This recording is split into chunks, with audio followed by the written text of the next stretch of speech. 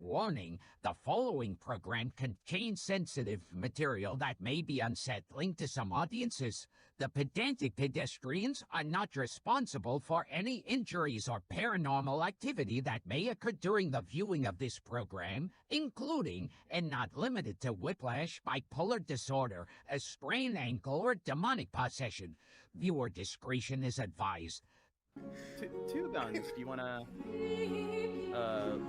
encourage people to respect the host? So funny, Chad. But you see people laughing.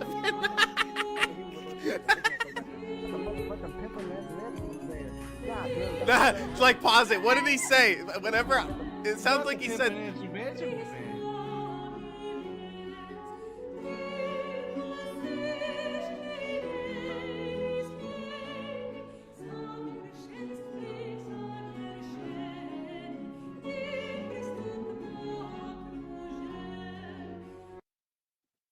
So we're live. They're live. We're I'm live. insane. Oh wait. So who's here in the chat? All your favorite I see friends. Bill Hicks. Only Bill Hicks. Yeah. Well, sorry. Playing himself. Haven't been live for the last 2 weeks. I blame dirt. Yep. I punched John so hard in his kidneys that he needs one replaced. So. Oh no! Don't tell people that. In Minecraft. But if anybody has a kidney, that they want to donate, please let me know because I might need to get a kidney transplant. A healthy kidney, not like anyone, not like me or Shabs. So people need to start feeling sorry for me. Mine probably wouldn't be great either because I don't drink very much alcohol, but I do pound the energy drinks all day. Yeah, you might have a couple of stones in there, John, but we'll get you one. Now, Shep, I don't see the stream playing on my end. It's playing. We're live. Okay. What up, Vlad? Well, anyway, what up, Taylor? Let's get into the first story.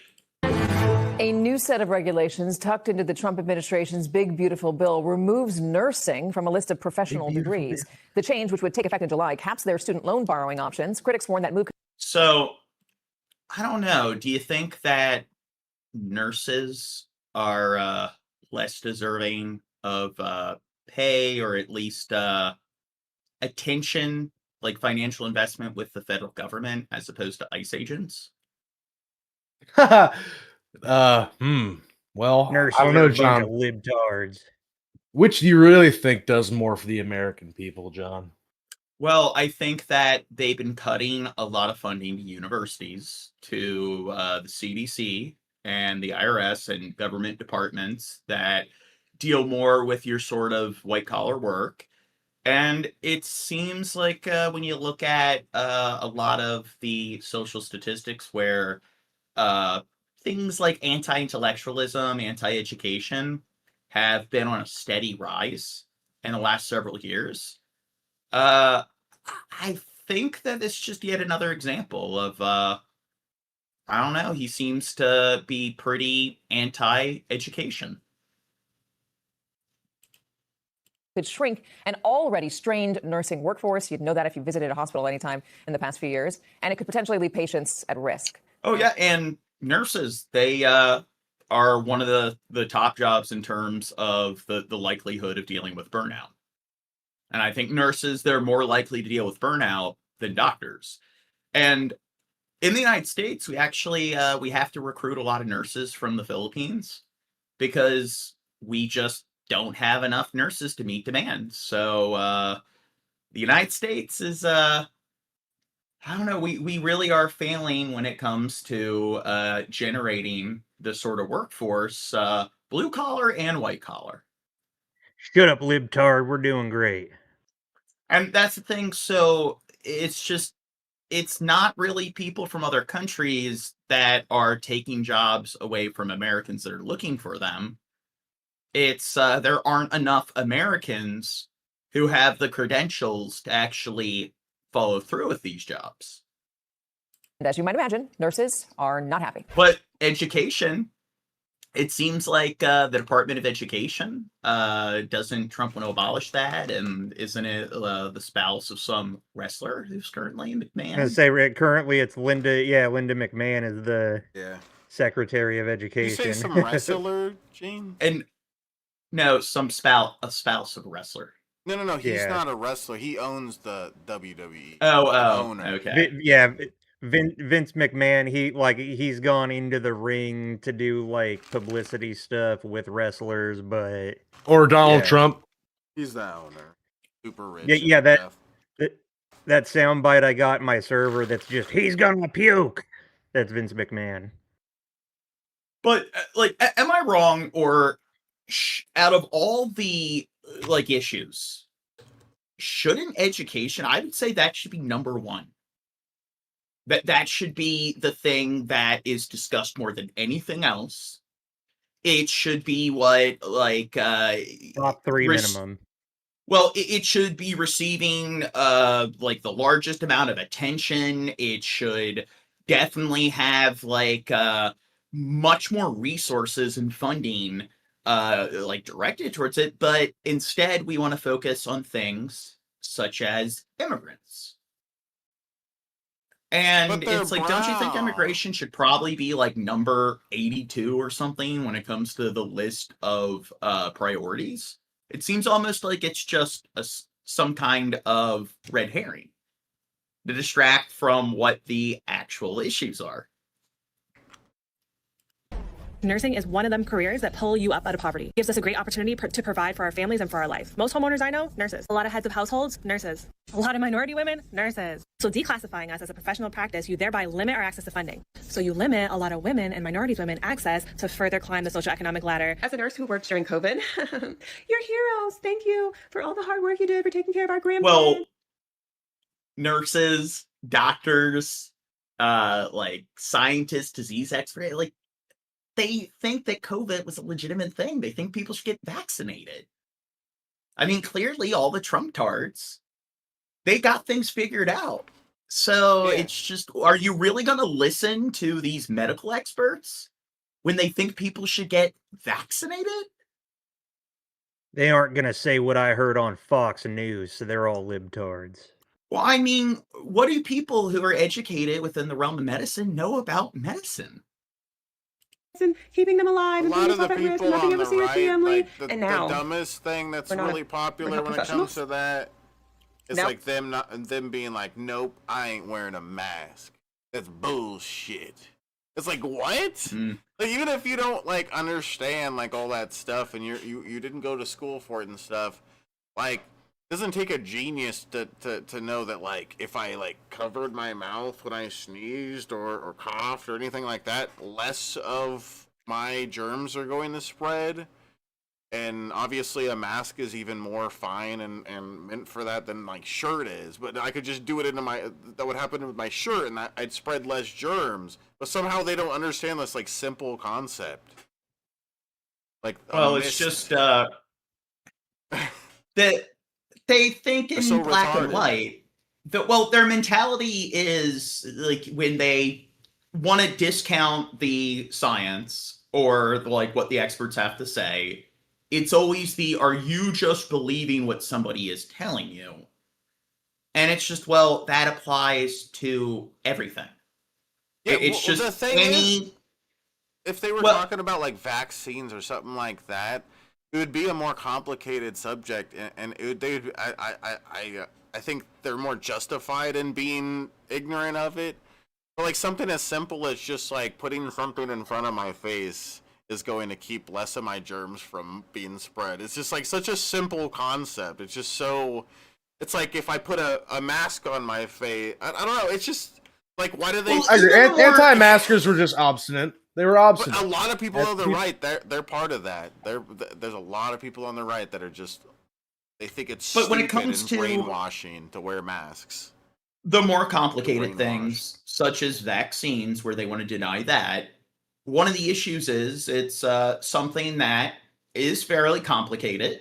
It's just, if you want to understand the biochemistry involved, you gotta do some homework. But a lot of them, it's just, of course, people are overworked. People don't have all the time in the world to go on edX and take some online courses to learn all of the, like, how the chemical equations work when it comes to your immune system. But you should acknowledge that, you know what, who is more likely to know what they're talking about? A nurse or a doctor or some journalists for Newsmax or Fox News? And then when they want to... There's also, like, the RFK appearing on Joe Rogan a bunch of times, and those types of things. Like, they want a world where they can just pick and choose which one is true based on which one sounds nicer to them. And the experts are always boring. When it comes to something like that, where it's a cost-benefit analysis, it's like, what are all the possibilities? Well, it could be something that's harmful, or it could be something that's life-saving beneficial. Either or could be true. So why do you think it's more likely to be harmful? And the problem is that they don't have a reason. So they don't understand the empiricism involved. So then the logic is that thinking it's beneficial because the experts say it is, that's just believing what experts tell you. But then why do they think it's harmful? Because that's what RFK and Alex Jones tell them. And they're too fucking retarded to see the, like, hypocrisy there. We don't matter? Joining us, the president of the American Nurses Association, Jennifer Mensick Kennedy. Thank you so much for joining us. Explain to me exactly what it means to take away the categorization of a professional degree. No, absolutely, and thank you for having us. This is really important because it's not simple. Oh, some, like, retard in the chat says the nurse doing the TikTok dance during the deadly pandemic. It's like, hey, Plandemic. when there's... Plandemic, John. Okay, well, when there's... like, millions of nurses, it's just, hey, here's one person out of millions doing something kind of stupid, so that means all nurses are stupid. But I'm sure he has the same, like, attitude where if you can find an example of a police officer being a dumbass, it's like, yeah, selection bias. There's one person within a large group that did something that's kind of questionable. Therefore, that makes the entire group just not deserving of any level of respect. I mean, hey, critical thinking, what's that? So when we reclassify nursing, now, to be clear, we were never completely explicitly included in the definition, but we were included in that loan limit. And so as that committee came back, they decided to explicitly exclude nursing, even though we meet that definition from an advanced practice perspective. And so the downhill side effects of this could be even larger, as this definition could be adopted in other areas and other departments. This is going to stop nurses, those who are going for advanced practice degrees, nurse practitioners, nurse faculty, certified registered nurse anesthesiologist, from being able to borrow what they need to borrow to go to school. That's devastating. Yeah, let's talk about the costs. What does nursing school cost? And up before now, what could get paid back? Yeah, absolutely. So those going to school in advanced practice registered nurse, whether it's East Coast, West Coast, there are many programs that exceed $100,000 just for those degrees. And it's important to note that when we cap it, so removing the professional And this is where people will claim, like, hey, like, why should my taxpayer money go to this? Well, you know what? If somebody uses, like, these programs, which are going to claim our handouts to become a nurse, well, then once they start working as a nurse, they'll be making a decent income, and then they'll be paying taxes, and then that money will go back into the economy, and it will generate more money into the economy. And then also, with the less nurses there are, the more expensive healthcare is going to be. The less doctors there are, the less certified practitioners there are, then you don't have the supply to meet the demand. And then it's just going to cause inflation when it comes to the cost of healthcare. So that's the other thing.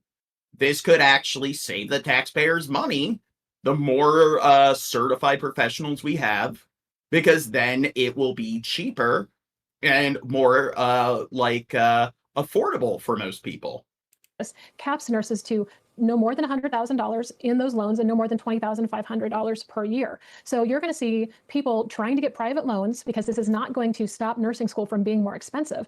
people are going to try to go get private loans, and those private loans are excluded from federal payback systems such as the public service loan forgiveness and some of these loan repayment programs for rural areas, of which primary care providers such as nurse practitioners are the largest provider in those areas. So this is going to have devastating effects for rural communities. And I'm going to say this is more like a triple threat to the nursing profession. In the big beautiful bill, not only did they move into this RISE committee, but they removed Title VIII funding. So the only federal funding nursing education got, which is a little over $300 million, was totally stripped from the budget. And with the cuts to Medicaid and subsidies, as healthcare providers and hospitals are trying to figure out how to cut costs, they're cutting tuition reimbursement to nurses. So across the board, there's just less funding for nurses to even try to go to school. I have to tell you, in talking to people that I know that are in the healthcare industry, it includes nurses. Oh, and it's also, it's that they'll make the argument, like, why does this, matter when it comes to people who don't work in this field? And it's like, well, if people don't get the medical care that they need, that will affect their ability to actually work and actually contribute to the economy. So when it comes to Medicaid, where people want to make the argument that it's just a handout, well, what would you prefer? That the people don't get health care and they don't get treatment, and then they won't be able to work, and then at that point, that negatively affects the economy. So they don't understand, again, that sort of cost-benefit analysis. Doctors in private practice, in public practice, at hospitals, everybody seems pretty miserable right now. Post-COVID, they all feel burnt out. There's a shortage of staff everywhere. Dealing with the insurance companies has been miserable. They complain that it's not the profession that it used to be, that you don't make the money there that you used to make, and you don't have the respect that you used to have in the industry. No, it's absolutely true. One of the most alarming statistics is that nurses are more likely to be assaulted at work than a prison guard or correctional officer. The work environment is very vastly different, but we still have people who want truly to go into nursing. We had over 80,000 qualified. What do you think contributes to them being assaulted? Do you think that has to do more with nurses that work with psychiatric patients? I mean, it could happen in the ER too. Yeah, well, maybe dealing with people who are there for substance abuse. Yeah, that's kind of what I was thinking when. Well, I mean, people who are in psychiatric care, that could also be substance abuse, but people in the ER, that could also be something to do with substance abuse as well. And when you work emergency services, you're just kind of dealing with whatever the public throws at you. Last year, mostly due to a lack of nurse faculty. Yeah, this is a big deal. It's a big deal for anybody who's worried about the quality of care wherever they live, especially, as you said, though, in rural communities that don't maybe have access to hospital systems, to doctors, and a lot of the time the nurse practitioner is the highest ranking caregiver. And with, again, it's usually red sort of areas, red municipalities that do much more poorly when it comes to their economy and the average, sort of income of their citizens. And in those areas, things like obesity are higher, different health issue, the average health of the citizens tend to be lower. Lower grade point averages too. Yep. But those are usually the areas that are anti-affordable healthcare, which is kind of ironic that the people who would benefit the most tend to be the people who are the most against it. Thank you so much, Jennifer Mensick Kennedy. I appreciate you coming on. Okay, but by the way, knowing, well, real quick before we get into this next video, let me ask everybody else on the panel, knowing how much more it would benefit people who live in those red districts, and it would benefit the ignorant redneck motherfuckers that we make fun of all the time on this show. That doesn't stop you at all from supporting these programs, right? You want that for the people you disagree with just as much as you want it for anybody else, right? Yeah, and the thing is, it's typically more well-educated citizens that have a higher annual income that tend to support more social programs. Right. Which they want it for the ones that don't have it. But the way their brain works is that if you're anything less than a billionaire, then your judgment doesn't matter at all, because even if they have like a 6-figure salary, even if they live in a very large home, they have a lot of financial stability, and they still make more money than most Americans, like doctors are, you're like in the 1% if you have the salary of your average medical practitioner. So, based on their logic, where having money means that your judgment is deserving of a greater level of respect compared to anyone else, the attitude is because they're not billionaires, that means that their judgment doesn't matter at all. But then this is coming from people who tend to be much less financially well off. But they might become a billionaire one day. Yeah, temporary broke. He used to be a millionaire, but I guess now it's a billionaire. Yeah. But yeah, I agree. I think maybe a big problem with it is people who aren't super duper well off might think oh, I don't want to pay for that. I don't want my money going towards helping somebody else. For all the people who may or may not have found a way to pull them up, by their bootstraps and be a self-made man. I get the apprehension that can go through someone's brain, but at the end of the day, I can't justify paying all the money we do for fucking bombs. Talk about America first. Why is it America first when it comes to bombing everybody else? But when it comes to actually helping American citizens, we're like, no, we don't need to do all that. Oh, and then it's like any type of social programs, communism, but then the military is part of the social sector, not the private sector. That was what I was just looking to touch on, actually, is I like a well-funded police and military, and that's socialism. Yeah, but again, they don't even know what that means when they say that something's socialism. That is creating some backlash and confusion as the Department of Education left nursing and other professions off a list of, quote, professional degrees in a proposed rule over loans. And this move could affect how students finance their education in the future. There are hundreds of thousands of nurses and soon-to-be nurses impacted by this, as annual loans for new borrowers capped at $20,500 for graduate students, $50,000 for professional students, and a lot of outrage and backlash over this. Let's bring in right now the president of the American Nurses Association, Dr. Jennifer. Okay, we just saw this. Next vid. Fallout up on Capitol Hill after President Trump accused a group of Democratic lawmakers of, quote, seditious behavior punishable by death, end quote. The members of Congress who previously all served in the U.S. military or the intelligence community posted a video urging people currently in those roles to, quote, refuse illegal orders. The Democrats declining to back down despite that presidential threat, even as some received extra protection. This was a response to the recent push for the release of the Epstein files. Out of deep concern for their safety. Here's that video in full. Watch this.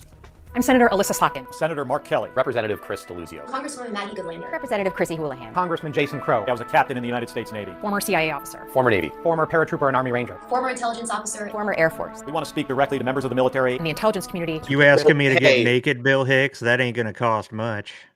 When it comes to people who serve in the military, they're only these godlike heroes that you are a terrible, evil Nazi if you don't kiss their feet. That's only the case if people that fall into that category have the same political stance that you do. If it's a left-leaning, veteran, and they don't have the same political views, then all of a sudden, that absolute respect for the veterans is no longer a thing. Each day to keep Americans safe. We know you are under enormous stress and pressure right now. Americans trust their military. But that trust and the reason I point that out is because you had the recent shooting of the National Guard troops, which that's tragedy, but it's a tragedy when anybody dies. And I don't like the concept that because they're National Guard troops somehow that makes it more significant compared to all the other mass shootings that are happening. I mean, I definitely think troops, if you're a veteran, I'm perfectly fine with them, having, being able to go to college for free, having certain, VA benefits. But I still think that when it comes to, murder, regardless of what the person's trade or occupation is, it's significant regardless of who is murdered. So their logic of we're going to have a witch hunt, and a lot of them were making the argument that it's like liberal violence. Like, oh my god, they killed the troops, and it's like, well, why does that make it more of like a crime compared to shooting up a bunch of kids in a school? This administration is pitting our uniformed military And intelligence community professionals. against American citizens. Like us. You all swore an oath. To protect and defend this Constitution. Right now, the threats to our Constitution aren't just coming from abroad, but from right here at home. Our laws are clear. You can refuse illegal orders. You can refuse illegal orders. You must refuse illegal orders. No one has to carry out orders that violate the law or our Constitution. We know this is hard, and that it's a difficult time to be a public servant. But whether John? you're serving in the CIA, Yep. Will you take an oath to defend and protect the Constitution right now? Well, I think that Trump doesn't want to protect the Constitution at all because they've gone That's against. why I want you to. That's The why I want you to take Constitution an is oath for then. liberals.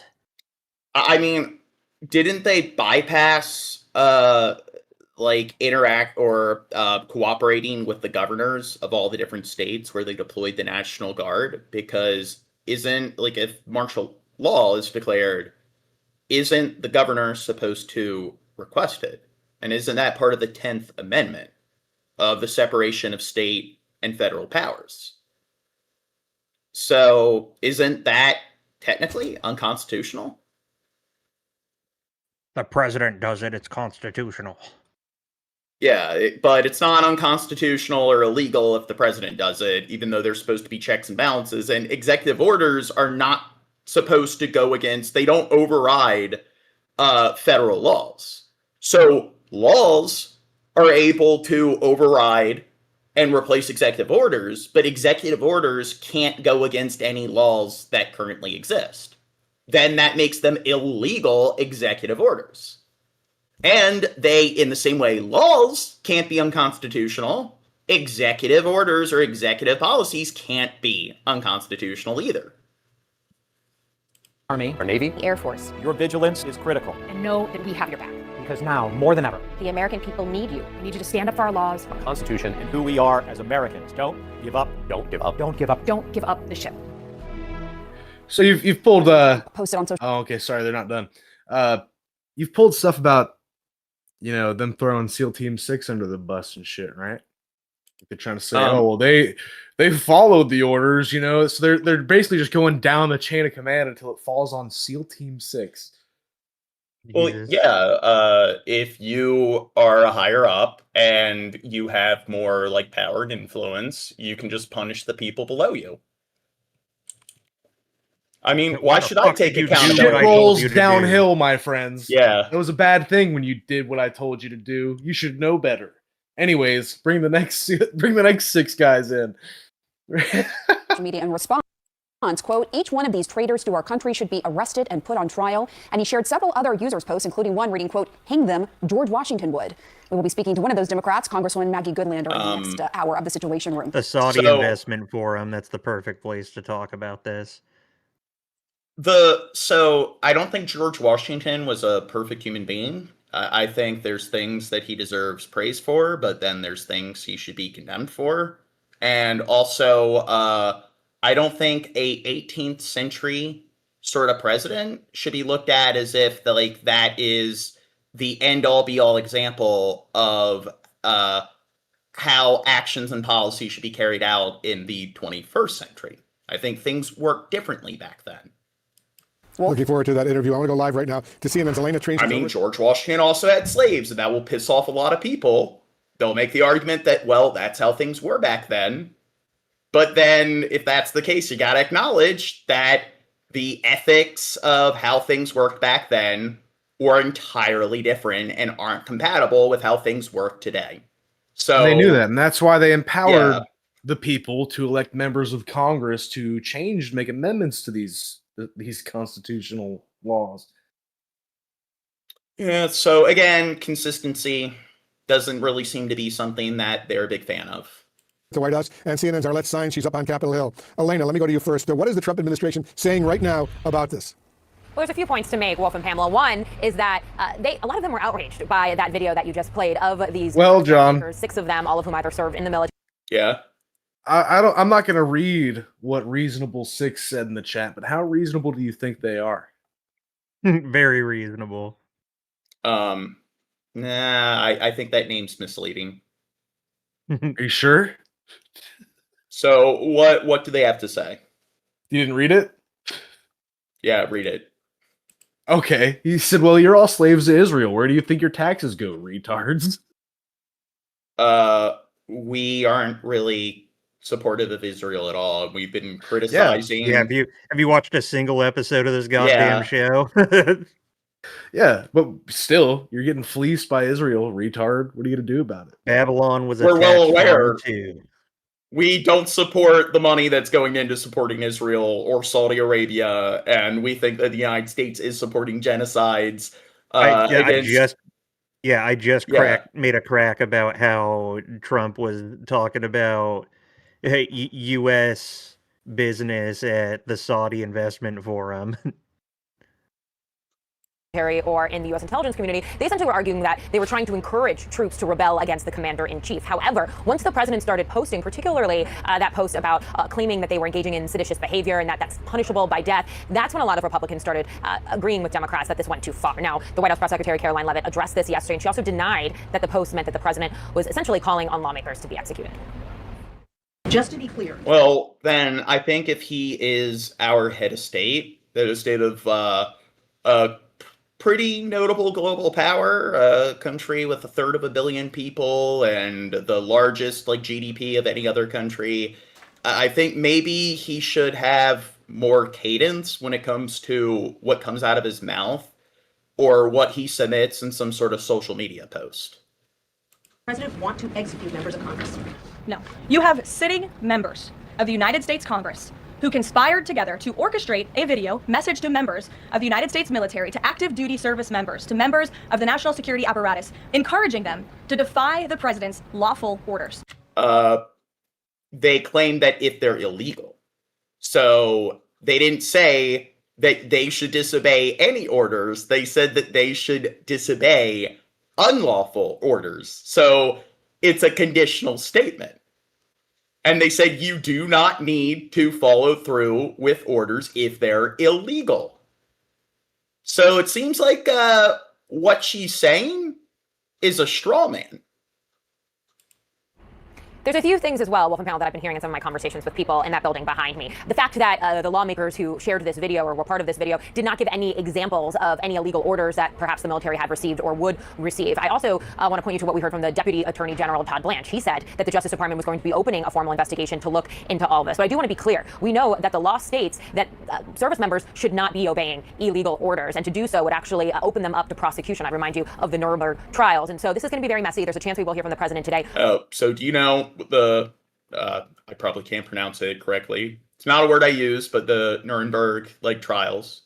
Yeah, the Nuremberg trials. Yeah, you know what those are, right, Shab? Maybe.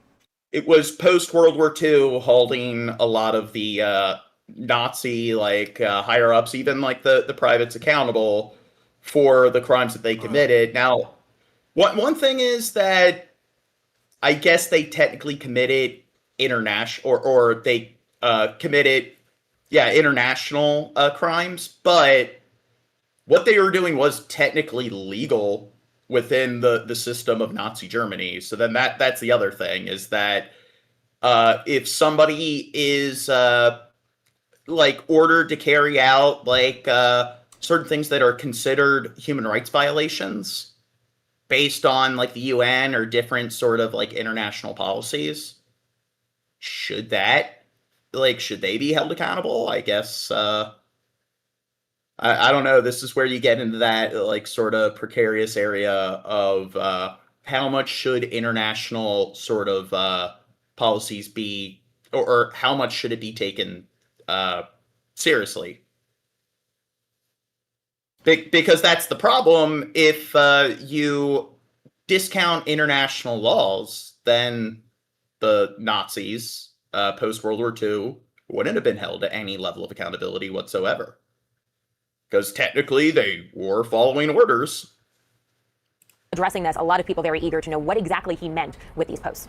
All right, so let's bring in, go ahead, Wolf. No, I was just going to say at Nuremberg, the Nazi generals and other senior military officers simply said they were obeying orders from the top, but those orders were illegal, and as a result, they paid the price for those illegal orders. The Democrats were not saying, to go ahead and disobey legal orders. They were saying disobey illegal orders or something that goes against the Constitution. I don't know. I don't think that's what we heard just now. It's literally what we just heard. Yeah. Where? Next video. You mean to tell me that our military can't take illegal orders? That's treason. Treason. That's bad. It's not good.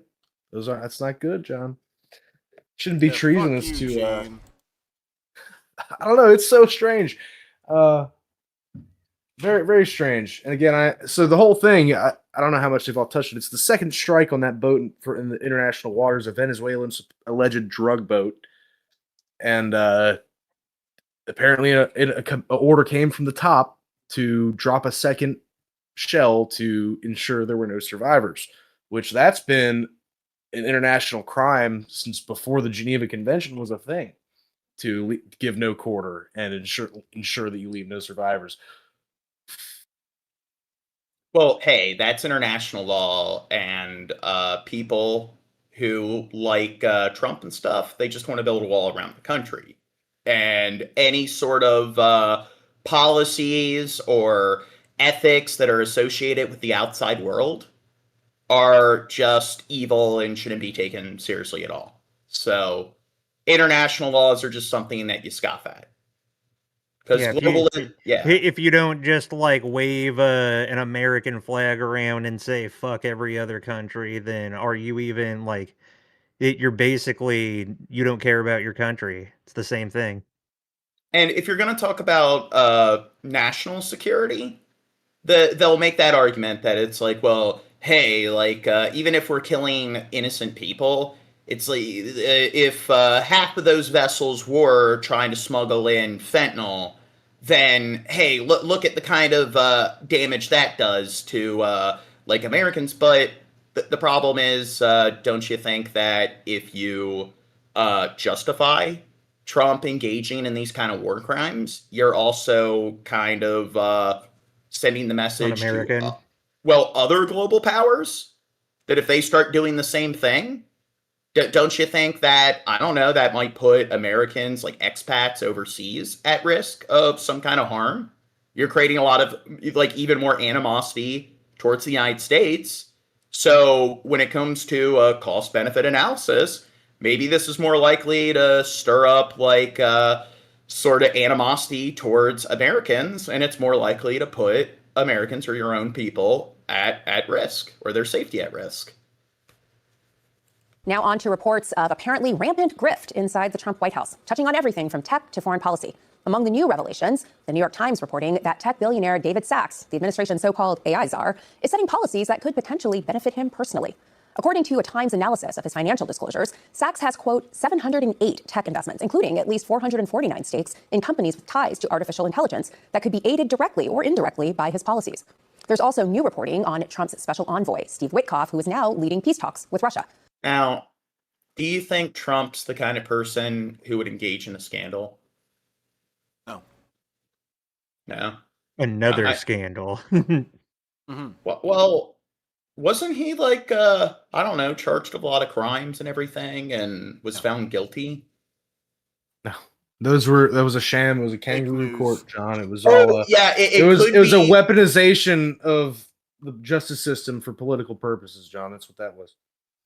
Yeah, so it's only legit when it's people I don't like who are held accountable. If it's somebody that I like and I just want them to go free, then the system only works when, I don't know, things happen in my favor.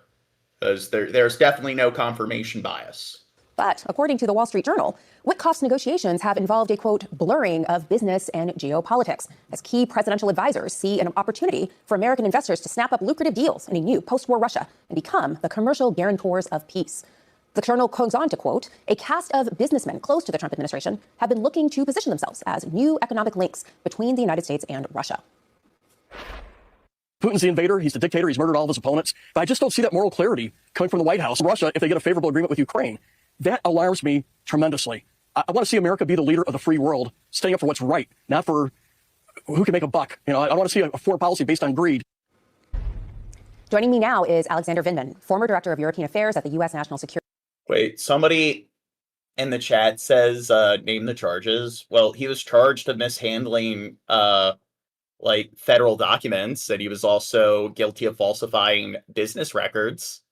And then he attempted to overturn the presidential election.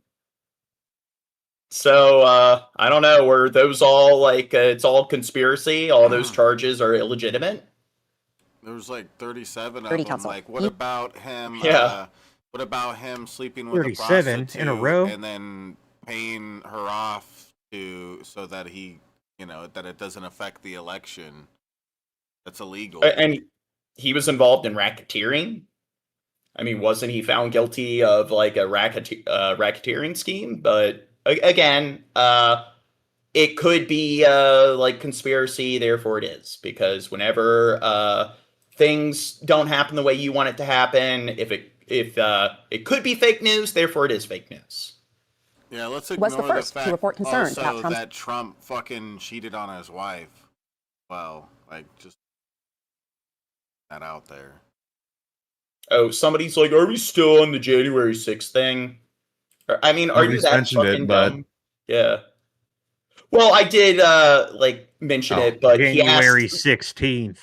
Somebody asked to name the charges, and we named all the charges. And plus, like, do you think that if somebody raids somebody's home or lights somebody's home on fire, and they're not held accountable, that 3 years later, if they're caught, they should be like? Do you think the statutes of limitations for like pretty much any crime should be just 1 or 2 years? I think that's a pretty big, sort of affront. Alleged quid pro quo call with Vladimir Zelensky. And as you know, that call led to Trump's first impeachment. So, Alex, what was your reaction to this reporting in the Wall Street Journal around the negotiations with Putin? Melissa, good to see you again. Unfortunately, it's not in person like a couple weeks ago. It was deeply disturbing. I think, frankly, I cannot think of a more chaotic negotiation process in any period in our history. But more than the chaos. Mike says, are these guys really this stupid? Oh, yeah, and I'm sure you're not a fucking retard. We're pretty dumb. This has been fixed. This guy knows what he's talking about because he thinks he knows what he's talking about. It starts, Trump's attention for moments, then he gets sidetracked or thinks it's too hard and moves on. What's troubling me about this one is both a combination of the ineptitude and also the self-service of these actors. We now have a broad precedence of billionaires looking to enrich themselves. The reporting around David Sachs and AI, Witkoff taking his son to various meetings in the Middle East. This one is now... Okay, next vid. I woke up this morning and I turned to my weather app to check the temperature, and it was 32 degrees. And my first thought Good was, one, Skabibi. Dropping that truth. Here, let's get to what's going on in Venezuela. So today, Defense Secretary Pete Hegseth is facing... Files, Gene, huh? Yeah, blazing over that. Yeah, let's just forget about that. Wouldn't want those. I don't know. Like, are you still on this Epstein thing? Yeah. So what if John? I mean, hey, any really unethical sort of affair that somebody engages in, if it doesn't benefit my side, it's stupid because it's stupid, and we don't need to pay attention to it because it's only bad things the other side does that deserve attention. Huge backlash from both Democrats and Republicans, something that's not normal during the Trump era, over the Department of Defense's strikes on alleged Venezuelan drug boats. You may have seen the videos that the department and other officials like Trump and Hegseth have posted online of these strikes, but a new significant report from the Washington Post is raising alarms about potential violations of international law and even potential war crimes being committed. Then days after the Washington Post report, Hegseth posted this doctored cover of the children's book Franklin the Turtle, but with Franklin shooting what appears to be an RPG with U.S. flag patches on his chest and arm and a smile on his face. Sarah Fox is in the Franklin chat. targets narco-terrorists. Let's back up for a second, though. The Washington Post reported over the weekend that Hegseth ordered a U.S. strike force to, quote, Franklin did some badass shit like that. Like, holy crap. Wait, you're cutting out. What were you saying? I said I had no clue Franklin was up to stuff like that. Oh my god. Yeah, why was Franklin the Turtle fucking strapped up like that, dude? Why are some of the top officials of our government posting cringy AI art? Everybody on board one vessel in September, and when 2 survivors were seen, commanders allegedly they're not launched a exactly second, the quote, double tap brightest. strike to kill them too. Hegseth called it, quote, more fabricated, inflammatory, and derogatory reporting to discredit our incredible warriors fighting to protect the homeland. And President Trump said this. I don't know. I'm going to find out about it, but Pete said he did not order the death of the... Oh, somebody said top left or Trump testified against Epstein. Are you a dumbass? He's been doing everything he can to obstruct the files from being released. And he campaigned during his his first term that he was going to release the Epstein files, and he hasn't. So I don't know. I think maybe you're a failure at recognizing your own ignorance. U.S. military has acknowledged 21 strikes now on alleged drug boats, strikes that have killed more than 80. The Pentagon, though, has not provided extensive evidence defending the strikes or information on all those killed, and the backlash is intensifying. Congresswoman Sarah Jacobs responded, writing, quote, I fixed it for you, and crossed out Hegseth's Franklin title. is a war criminal, dude. And this is Van Hollen. I think it's very possible there was a war crime committed. And Republican... So, Hegseth, why is he, posting AI art about, Franklin? Because isn't that a Nickelodeon? Because he's a real man. Well, it's a Nick Jr. cartoon. Oh, maybe it is. Yeah. Well, it was something that was on Nickelodeon when I was in elementary school. And it's aimed at you, John. It's propaganda for you. Yeah. Well, you're telling me that doesn't resonate with you? Well, it's why is he even? I don't know why is Franklin even in the fourth thought of his judgment? Because it's targeted propaganda to Franklin fans, John. It's Roger meant Wicker, to tell the you chairman of the nostalgia Senate and be like, "That's me. I remember Franklin." What? Services Committee It is released a statement absurd. with Democratic Senator Jack Reed that their committee will be conducting vigorous oversight to determine facts related to these circumstances. There are a lot of questions for this White House and Pentagon in the hours ahead. White House defending Secretary Pete Hegseth, who was under growing scrutiny after authorizing 2 strikes on an alleged drug boat. The first strike taking out the boat. Tonight, questions about the second strike, reportedly targeting 2 survivors. The Washington Post reporting Hegseth ordered his team to kill everybody on board the boat. Lawmakers from both parties asking serious questions, particularly about that second strike and what President Trump is now saying about the second strike. Here's Martha Raddatz tonight. Tonight, the Pentagon facing accusations of war crimes after a second strike on a boat carrying suspected drug traffickers off the coast of Venezuela. This video from September 2nd shows the first hit on the boat, but tonight, questions are growing about a second missile that was fired. According to the Washington Post, it was targeting 2 survivors who were clinging to the wreckage. Tonight, members of both parties sounding the alarm, saying international law prohibits killing enemy combatants who no longer pose a threat. And the thing is, if they know their locations, or the location of the vessels, why aren't they able to detain them? And it's just, do you think the ballistics being used? I mean, I don't know exactly what the pricing is and everything, but I think it's plausible that it's probably more expensive than just sending some personnel out in order to detain them. And again, I think destroying these vessels and murdering them without trial or due process, it's a good way to just increase global tensions and hatred towards the United States as a whole. So do you think this is the most pragmatic thing to do? And do you think when it comes to the issue with illegal drug trafficking, do you think this is going to, stop the flow of drugs entering the country overall? I mean, it doesn't really seem to be addressing the source. No, it's completely stopped it, just like we stopped illegal immigration completely because of Trump. Completely, 100%. Well, I mean, are they just going to have military units that are just deployed in the Caribbean at all times indefinitely?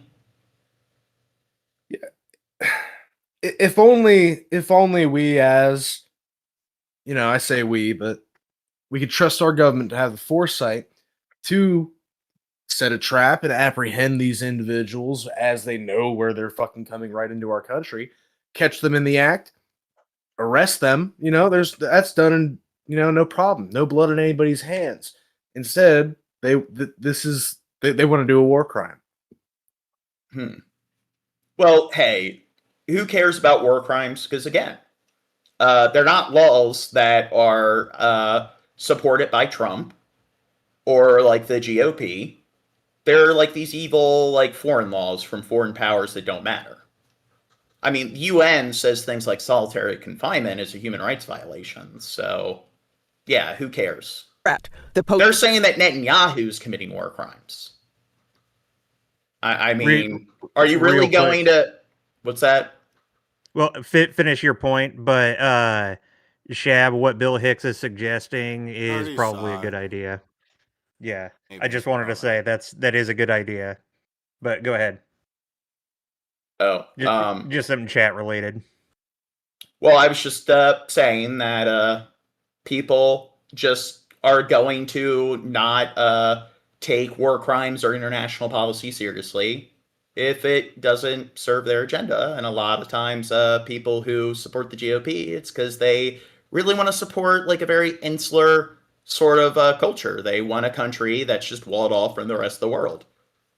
And they don't care about like, geopolitics. They don't understand that global policies affect your own country. We have a global economy. The world's like more connected than ever before. Instability in other countries does affect it affects global economy. Hence, it affects the quality of living of citizens within your own borders. So they tend to think that anything that happens outside the borders of the United States has like no sort of trickle down effect. Reporting that at the outset of the operation, Defense Secretary Pete Hegseth had ordered his team to kill everybody on board the boat. Hegseth has called the Washington Post report fabricated, saying the military acted in compliance with the law of armed conflict. Overnight, President Trump said he didn't know anything about the second strike, adding he wouldn't have wanted it. We'll look into it. But no, I wouldn't have wanted that, not a second strike. The first strike was very lethal. It was fine. And if there were two people around, but Pete said that didn't happen. But today, White House Press Secretary Caroline Leavitt confirmed there was more than one strike on the boat. She didn't confirm or deny that survivors were targeted. Leavitt saying the strikes were authorized by Hegseth and carried out by the mission's commander, Navy Admiral Frank Mitch Bradley. On September 2nd, Secretary Hegseth authorized Admiral Bradley to conduct these kinetic strikes. Admiral Bradley worked well within his authority and the law, directing the engagement to ensure the boat was destroyed and the threat to the United States. And somebody said, if you're against my country, I'm against your rights, period. I don't think you're the kind of person that knows how to grasp nuance. Because, like most countries have millions of people living in them. And I don't think things are that simple where everyone living within one set of borders is just one entity. And I think things are very complicated when you talk about geopolitics or even politics within any notable population size, even if it's like the population size of a small town. You can't really sit there and just say that, because these people are against what one particular politician is doing or certain aspects of what this government is doing, that means they're completely and totally against my country. And you know what? You should just care about the well-being of everyone, period. And we live in a fucked up world, so there are no perfect governments. So that sort of attitude of like, hey, if you don't have this religious level of respect towards this one particular system, then you don't care about the rights of any other human beings that fall outside the parameters of that group. That's just black and white, sort of in-group, out-group, tribalistic sort of thinking. America was eliminated. ABC's Rachel Scott pressing, asking how did those two survivors present a threat to the U.S.? And what imminent threat would two survivors pose who were clinging presumably to the wreckage of that boat? Admiral Bradley worked well within his authority and the law. Tonight, Democratic and Republican lawmakers demanding answers. You know, that is against the Geneva Conventions. That's against the laws of war, which we should always be abiding by. We're the United States of America. Oh, they say, yeah, I don't give a shit about other countries. Well, then you're an unethical human being and you're a dumb fuck. You're a child. Yeah. Grow the fuck up, loser. We have to hold our people to a higher standard. This is really serious.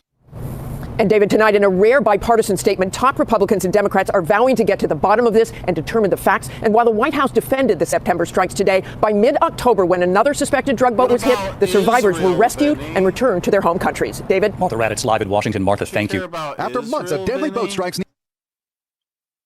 Oh, well, they do care about countries if they're allies of the United States, and the United States gives them lots of weapons. Yeah. Near Venezuela, tonight President Trump is meeting with his national security team, including Defense Secretary Pete Hegseth in the Oval Office, discussing their next move. It comes as Congress is demanding answers about this attack on September 2nd. The Trump administration now confirms it hit an alleged drug boat not once but twice. The second strike ordered after the first failed to kill everyone on board. A U.S. official and a source familiar with the Pentagon's actions tell NBC News. Does the administration deny that that second strike happened, or did it happen and the administration denies that Secretary Hegseth gave the order? The latter. And I just, I don't get how people who are like that, how their brains work. It's just... Borders are very fucking arbitrary, so your logic is that just because they don't fall within this circle of the planet's sort of land radius, then that automatically means that they're just not human beings and they don't matter at all. So if an American goes into Canada and lights some kid on fire, is that okay, what they did? Because it doesn't matter what happens to other people in other countries? Dude, Vinny, to say weak feminism, man, dude. Judging from your picture, Vinny, you're crotch level for me, so you need to calm down, buddy. He also said that this is his country and we need to go find our own. I'm like, yeah, I dare you to try and kick me out, pussy.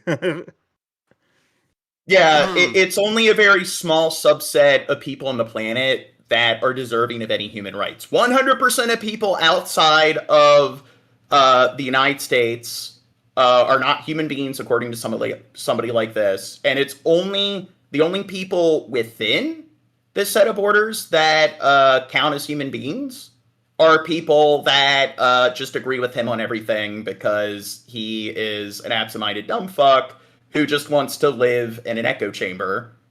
And he wants to live in a world where everyone's the same. Well, everyone thinks exactly like him, but only people that think like him that live within the same radius that he does. That's why I brought up the question earlier about wanting what's best, including for those red districts, because disagreeing with me and having different politics does not exclude you from any of that conversation in my mind. Oh, and this especially because right-wing dipshits often have kids too, and I don't want those kids to suffer just because their parents are dipshits. So, right here, this Vinny guy, he looks like some old fuck with graying hair.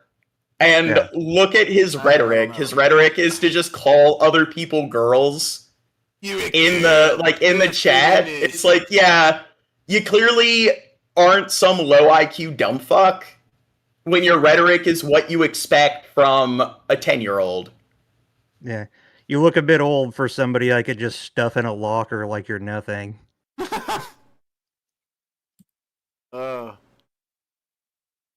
It's true, Abe. Secretary Hegseth authorized Admiral Bradley to conduct these kinetic strikes. Admiral Bradley worked well within his authority and the law. Admiral Frank Bradley is overseeing the U.S. military operations in the region, which have killed more than 80 people, despite the administration providing no evidence illegal drugs were on all the boats. Yesterday, the president downplayed concerns about a second strike. We'll look into it, but no, I wouldn't have wanted that. Oh, and this Mike Vinny dude is says, a scrappy do. What did he say? of course, if you don't agree with somebody, saying you have to call them names as a true Democrat always does. When this person, as soon as they popped into the live chat, they utilize ad homs. Yeah, it's like self-awareness. What's that? Giving them a taste of their own medicine, and they're calling. And then us we dumb started insulting that Vinny dude after he threw insults our way. So it's like, it's only okay if your side does it. When the other side does it, it's a character flaw. When your side does it, it's okay because, well, okay. Yeah. Well, and here's something that like visitors, people who just chilling in the chat, like might not realize. There are people in our community who are regulars. They're considered prominent members of the audience who are right-leaning. I wouldn't call any of them names because I like them. Yeah, like, if they want to have formal discourse, we'll have formal discourse with them. It's, treat others the way you want to be treated, and it's kind of hilarious how they'll run their mouth and talk shit, but then once you start talking shit to them, they cry. Right. Now, Democrats are questioning whether the targeting of incapacitated survivors is a war crime. Even some Republicans are promising investigations. And Admiral Bradley is expected in Washington this week to speak with senior lawmakers, according to two people familiar with the matter. We're going to try to get to the facts. While the U.S. accuses Venezuela's authoritarian leader, Nicolas Maduro, of drug trafficking, which he denies, Trump is pardoning Honduras' former president, Juan Orlando Hernandez, a convicted drug trafficker, who U.S. prosecutors had said accepted a $1 million bribe from El Chapo. Today, we pressed the White House on the difference between the two leaders. The people of Honduras have highlighted to him. Oh, and he says, you're right, guys, fuck America, let everyone in. Well, here's the thing, I don't hate America. None of us have that sentiment. I think we live on, like, in a world where there's lots of problems. Every country has its own problems. So the United States is not a utopia because no country is a utopia. And you should want the United States to thrive as much as possible, but you should want the entire planet to thrive as much as possible. So you shouldn't just You should want the people in your country to thrive. Yeah, and you don't understand that stability across the globe leads to stability within your own country. Other countries thriving also results in your own country thriving. So your idea is that letting the whole world go to shit doesn't matter because you only need to focus on your own country, and that's just poor, like, critical thinking. It's completely, like, counterproductive, because if other countries are doing poorly in terms of their economy, that affects the global economy, which affects your country's economy. Of the former President Hernandez was set up. All right, Gabe, let's go back to that strike on those survivors. You point out lawmakers, including Republicans, are talking of a possible war crime here. What do legal experts say? Well, here's the thing. If you don't want third world countries ruining your country, then you shouldn't want third world countries to exist. You should want those third world countries to improve so they're no longer third world countries. You should want less third world countries on the fucking planet. Legal experts say targeting survivors of an initial attack who cannot defend themselves is a war crime. Now, the U.S. is not at war with Venezuela, but the White House insists that it's designated the drug smugglers as foreign terrorist organizations. So defending the U.S. from deadly narcotics justifies the airstrikes. We thank you for watching. And I don't think we should babysit the world. I think that we should cooperate with the rest of the world. I think diplomacy is key. And it's not just the United States. It's the same thing goes with any other country on the planet. Remember, stay updated on breaking news. Pete Hegseth under pressure. The president tonight meeting with top aides, including his defense secretary and the Secretary of State Marco Rubio, as questions grow about the United States military's second deadly strike on a specific boat, an alleged drug boat from Venezuela. It looks like the strike coming after a first strike apparently left 2 people alive clinging to the vessel. Now, that second strike is one that lawmakers and legal experts from both parties say is against the law, some even calling it a war crime. Now, the main headline of the Drudge Report is War Crime, Hegseth Bloodlust. And it comes as well-known conservative lawyer Andrew McCarthy writes in the National Review, if this happened as described in the Washington Post report, it was at best a war crime under federal law. At best a war crime, he says. Well, he's not alone. I think it's very possible there was a war crime committed. Do you believe it amounts to a war crime? Under the facts, yes. Obviously, if that occurred, that would be very serious, and I agree that would be an illegal act. All right, that last person was Republican Congressman Mike Turner, and I'll speak with him in just a moment. So what is this Washington Post reporting? Well, let's be explicit about it. The Post is reporting that Hegseth's order to the U.S. military was, quote, to kill everybody. And that's what prompted the follow-up strike against those people clinging to the side of the boat. And this report was a bombshell, prompting the responses that we just showed you and massive cleanup and denial. When it comes to, so I'm not saying it's exclusively people in America that do this, but there are a lot of like stupid kids who are from the United States that will go to other countries and try to smuggle drugs in and out. And what happens if they get arrested or detained in other countries? So if some 19-year-old from like California or Texas decides to like fly to some country in South America and have a bunch of like cocaine tied to their like chest and they try to smuggle it through the airport, if they get caught, what if what they do to that 19-year-old is they just shoot them in the back of the head? Would you be okay with that? From the Trump administration. Hegseth calling it fabricated, inflammatory, and derogatory reporting. And President Trump on Air Force One said this. Number one, I don't know that happened. And Pete said he did not want them. He didn't even know what people were talking about. Well, Trump at least there opening the door to saying, well, he himself didn't know what happened. But when it comes to the denial of this deadly strike, Trump's White House actually admitted at one point today that there was a second strike. Listen to this. To be clear, does the administration deny that that second strike happened, or did it happen and the administration denies that Secretary Hegseth gave the orders? The latter is true. The latter is true. Well, in the case of... Okay. Let's get to the next topic. So Teddy actually sent me this video. I know him. I just saw him at an event a couple. Oh, that my dog Diggy. That my Diggy, Matthew. On your focus, man, on your young folk knock. This will be the way all people going to Atlanta will actually say they are going to Atlanta. You want Atlanta? No, Atlanta, but dangs. Ha ha ha. On getting the nangs. But Diggy also can be used to replace the word head in all aspects of sexual acts. Hey, where you get that Diggy trimmed up at, good? Fa'o, John got it's not the on the Fa'o, you not. Oh, good. It's 2053 type shit right here. You know what I mean? Do you think the mayor speaks language? Definitely speaks the good. Yeah, I'm Mayor Brandon Scott, the mayor of the greatest city in America, Charm City. You will not find better people in these United States of America than those that are here in Baltimore. We understand the capacity of losing multiple brothers. I don't know if I agree with that 100%. It ain't nothing nice. We tired of having to keep saying our brothers lay down and not come back. You get what I'm saying? I don't think any city is the best city in the country. Trauma that's inflicted on these kids is perpetual. I was shot. Dirt, were you saying something? We don't hear you. You're muted, Dirt. We still don't hear you, Dirt. Fuck. Now his, there we go. His name lit up too. How about now? Huh? There we go. Hey, now I hear you. All right. I heard him at least. It's the first time I've heard that, Charm City. Yeah. Is that, how long has it been that? Is it the same, like, old school thing? Like, city of brotherly love, right? It used to be called the City That Reads. Which I guess that's a little lame. Yeah. And Maryland is referred to, like, one of its nicknames is Little America.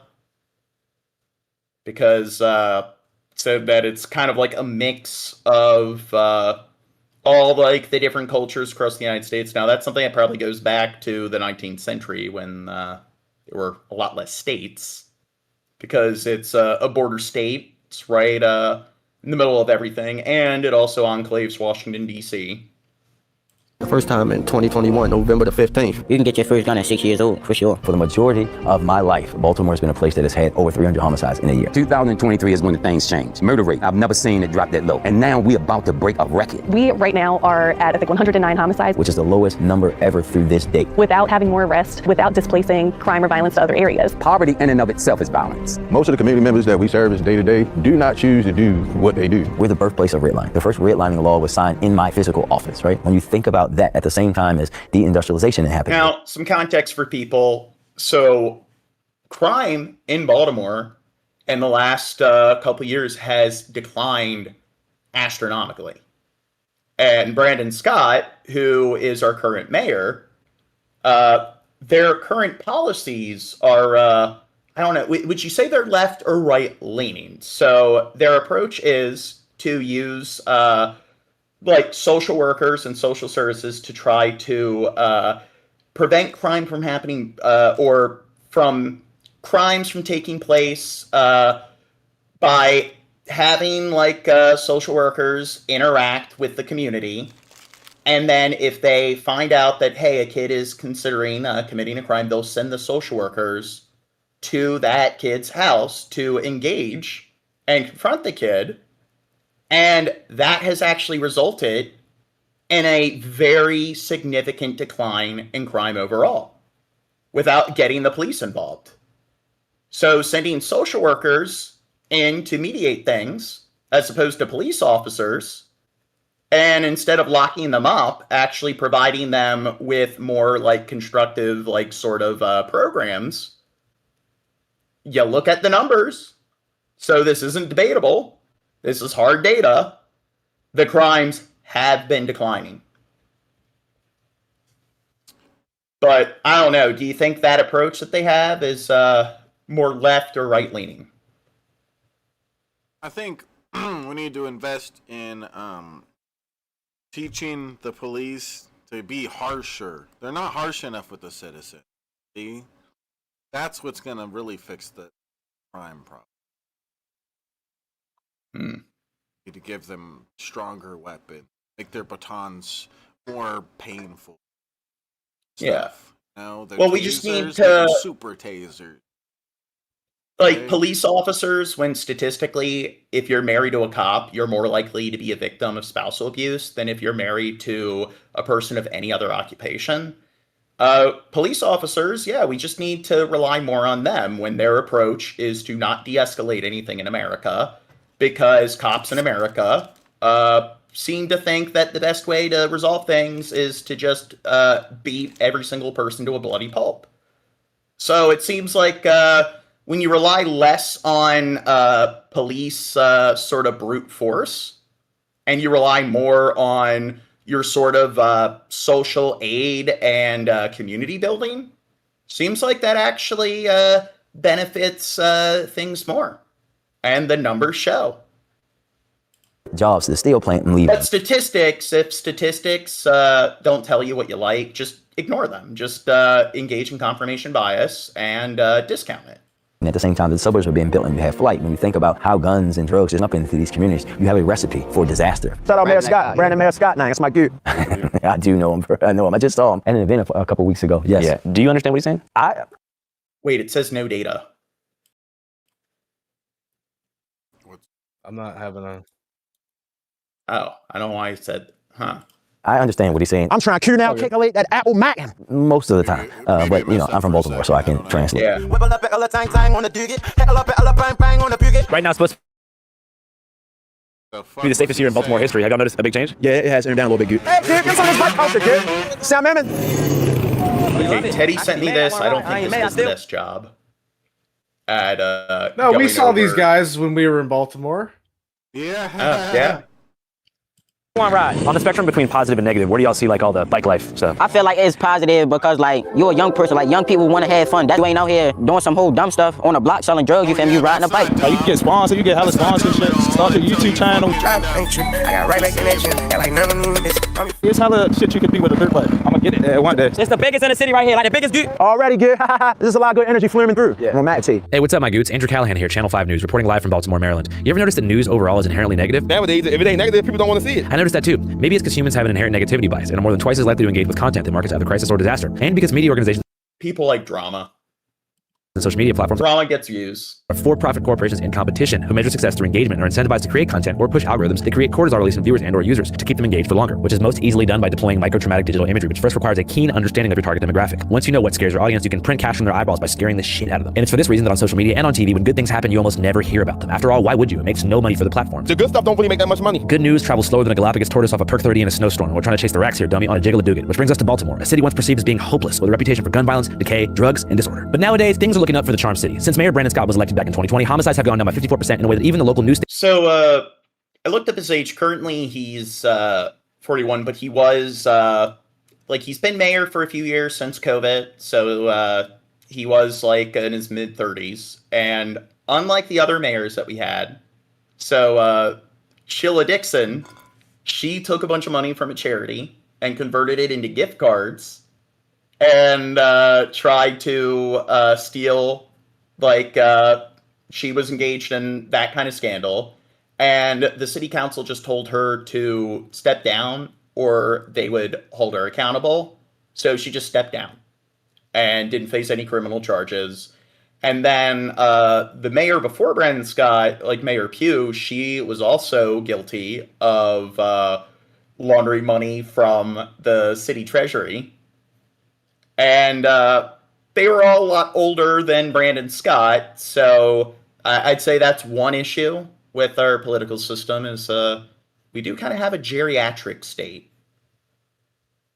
I think maybe more modern sort of newer age sort of policies or principles, I think can definitely have a more like advantageous effect. And I mean, at least here it shows that that's the case. Which is ran by a band of Baltimore-bashing barbarians, colloquially known as the Sinclair Broadcasting Company, is having a hard time spinning for the worse, but they're trying. Despite links between criminal activity and the Safe Streets program, Mayor Brandon Scott and the rest of City Hall continued to stand by the violence intervention program. Part of Sinclair's issue is that despite the declining murder rate, there are less beat cops on the streets of Baltimore than ever. For the most part, they've been replaced by a cohort of city-employed, formerly incarcerated men and women from the hoods of Baltimore who compose a violence intervention team called the Safe Streets Group, who have several offices around town and a 24/7 tip hotline where if you're from Baltimore, you can call in when you feel the situation's escalating, but you don't want to call the cops. But is there any situation where you might feel like, all right, I've hit a wall, I gotta call 911? No. Get the hell out the way. First thing I'm gonna do is I'm gonna call whoever I feel got the best relationship with that individual. Bro, you might need to go down there and holler at your people. Their work is dangerous. They are in communities on the front lines using their credibility to get. Now, do they have guns? I mean, Better have fully automatic rifles. people to not resort to using guns to solve their conflicts. They don't have body armor. 5.56 minimum.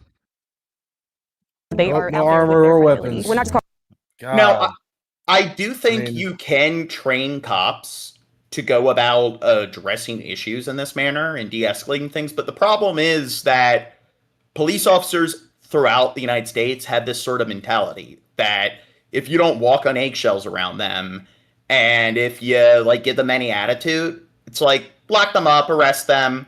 I mean, a lot of people who are attracted to police work are just a bunch of like sociopathic narcissists. And they seem to care more about exercising power than actually benefiting the community. So I do think that the personality types attracted or who are drawn to police work, they kind of want to become, well, they want to become cops for self-serving reasons. And I think that police officers can be trained to go about things the way we're going to see the personnel here go about it. But unfortunately, that's not typically what you see with the kind of people who pursue police work. Each other. We might know one of the parents. We might know one of the brothers. We might know the pastor, the teacher. We know somebody in this neighborhood who knows that person. And we're just going to keep working those angles until the situation is dead, or, you know what I'm saying, like until we can't go anymore. We never just come to a place where it's like, okay, it's time to call the police. It's a billion people to call. It's a billion things to try before we have to take that avenue. And that's so important to us because of our trust with the community. They don't look at us as the police. They don't expect us to operate like the police. So that's not what the type of image you want to give them. Well, I did have a reporter ask me a few weeks ago from a Sinclair station if one of my Safe Streets workers was a Crip because he had on a blue hat.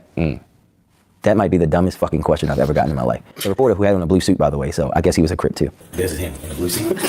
He's wearing a blue suit. Is he a Crip? Very eloquent. I don't know. Crips breathe oxygen, and they're breathing oxygen. So 100% of correlations equal a causation. Don't you agree? We did tell him it was the dumbest question he ever asked, but then I posted on social media the question that he asked and then laid out to him while tagging him every single school in Baltimore that wears the color blue and asking, like, should they all change their colors and their uniforms because you think that anybody that's black in this town that wears blue is a Crip? And then asked him, was he a Crip because he had on a blue suit? You know, one thing I've been thinking a lot about is cultural imagination, how Americans perceive other places based upon their media consumption habits. We know many Americans have the wrong idea about Baltimore, and guess who reinforces that the most? Sinclair Broadcasting Group. Sinclair Broadcasting Group has been quietly reshaping Baltimore's media landscape for years. From mandatory commentary segments on local stations to top-down editorial directives, they've shown how easy it is for a powerful oligarch owner to turn a news station into a megaphone for his own politics. So who owns Sinclair? It's a chat GPT-ass motherfucker named David Smith, who also owns the Baltimore Sun. Makes sense now? These narratives are all tied together. Fragmentation of the truth. Media. Yeah, and I will say that when I tell people I'm from Baltimore, when I travel, they act like I'm dodging bullets every day. When it's just like with any city, it's you got your different neighborhoods, and it's not like all the crime is evenly dispersed in every single part of the city that you commute in. And also, violent crimes overall, even if they might be more pronounced in certain areas, it's not, like, most violent crimes tend to be more internal. Like, you're more likely to be assaulted by a relative or somebody you know than a stranger. And the likelihood of, like, dying of homicide is pretty low. You're more likely to die of Parkinson's disease than homicide. So even in, like, parts of the country where homicide rates are higher, it's not like 20% of the people living in any of those regions are, like, likely to be victims of homicide. It's still, like, something that affects, like, less than 1% of people overall. Far less than 1%. Hypnosis, algorithmic echo chambers, loaded incentives, truth versus lies. To be honest, nowadays in America, this whole situation is all too familiar. So before we put boots on the ground, we get informed. Ground News. Ground News is a dope-ass news aggregate that compiles thousands of articles from across the web. Yeah, this is an ad, John. We should get a Ground News sponsorship. groundnews.com/PPP. So we can stay out here in the field from Baltimore to Albuquerque, giving you guys real coverage that isn't watered down or dictated by corporate overlords. Stay informed, and most importantly, don't let the media tell you what to think. All right, back to Baltimore. Mayor Scott's Safe Streets team is just one part of the picture. The other side relates to the urban outreach and youth mentorship programs, which are equally important. So, welcome to Challenge to Change, where we truly believe if it doesn't challenge you, it won't change you. When the kids come in, the mentees, they'll start reciting the affirmations. This is something we try to instill inside of them to let them know who they are. Who are we? Challenge to change. What do we believe in? If it doesn't challenge you, it won't change. What do we believe in? If it doesn't challenge you, it won't change. And we are determined to what? It's our challenge. Who gonna help change our city? Challenge to change gonna help change our city. Who? There it is.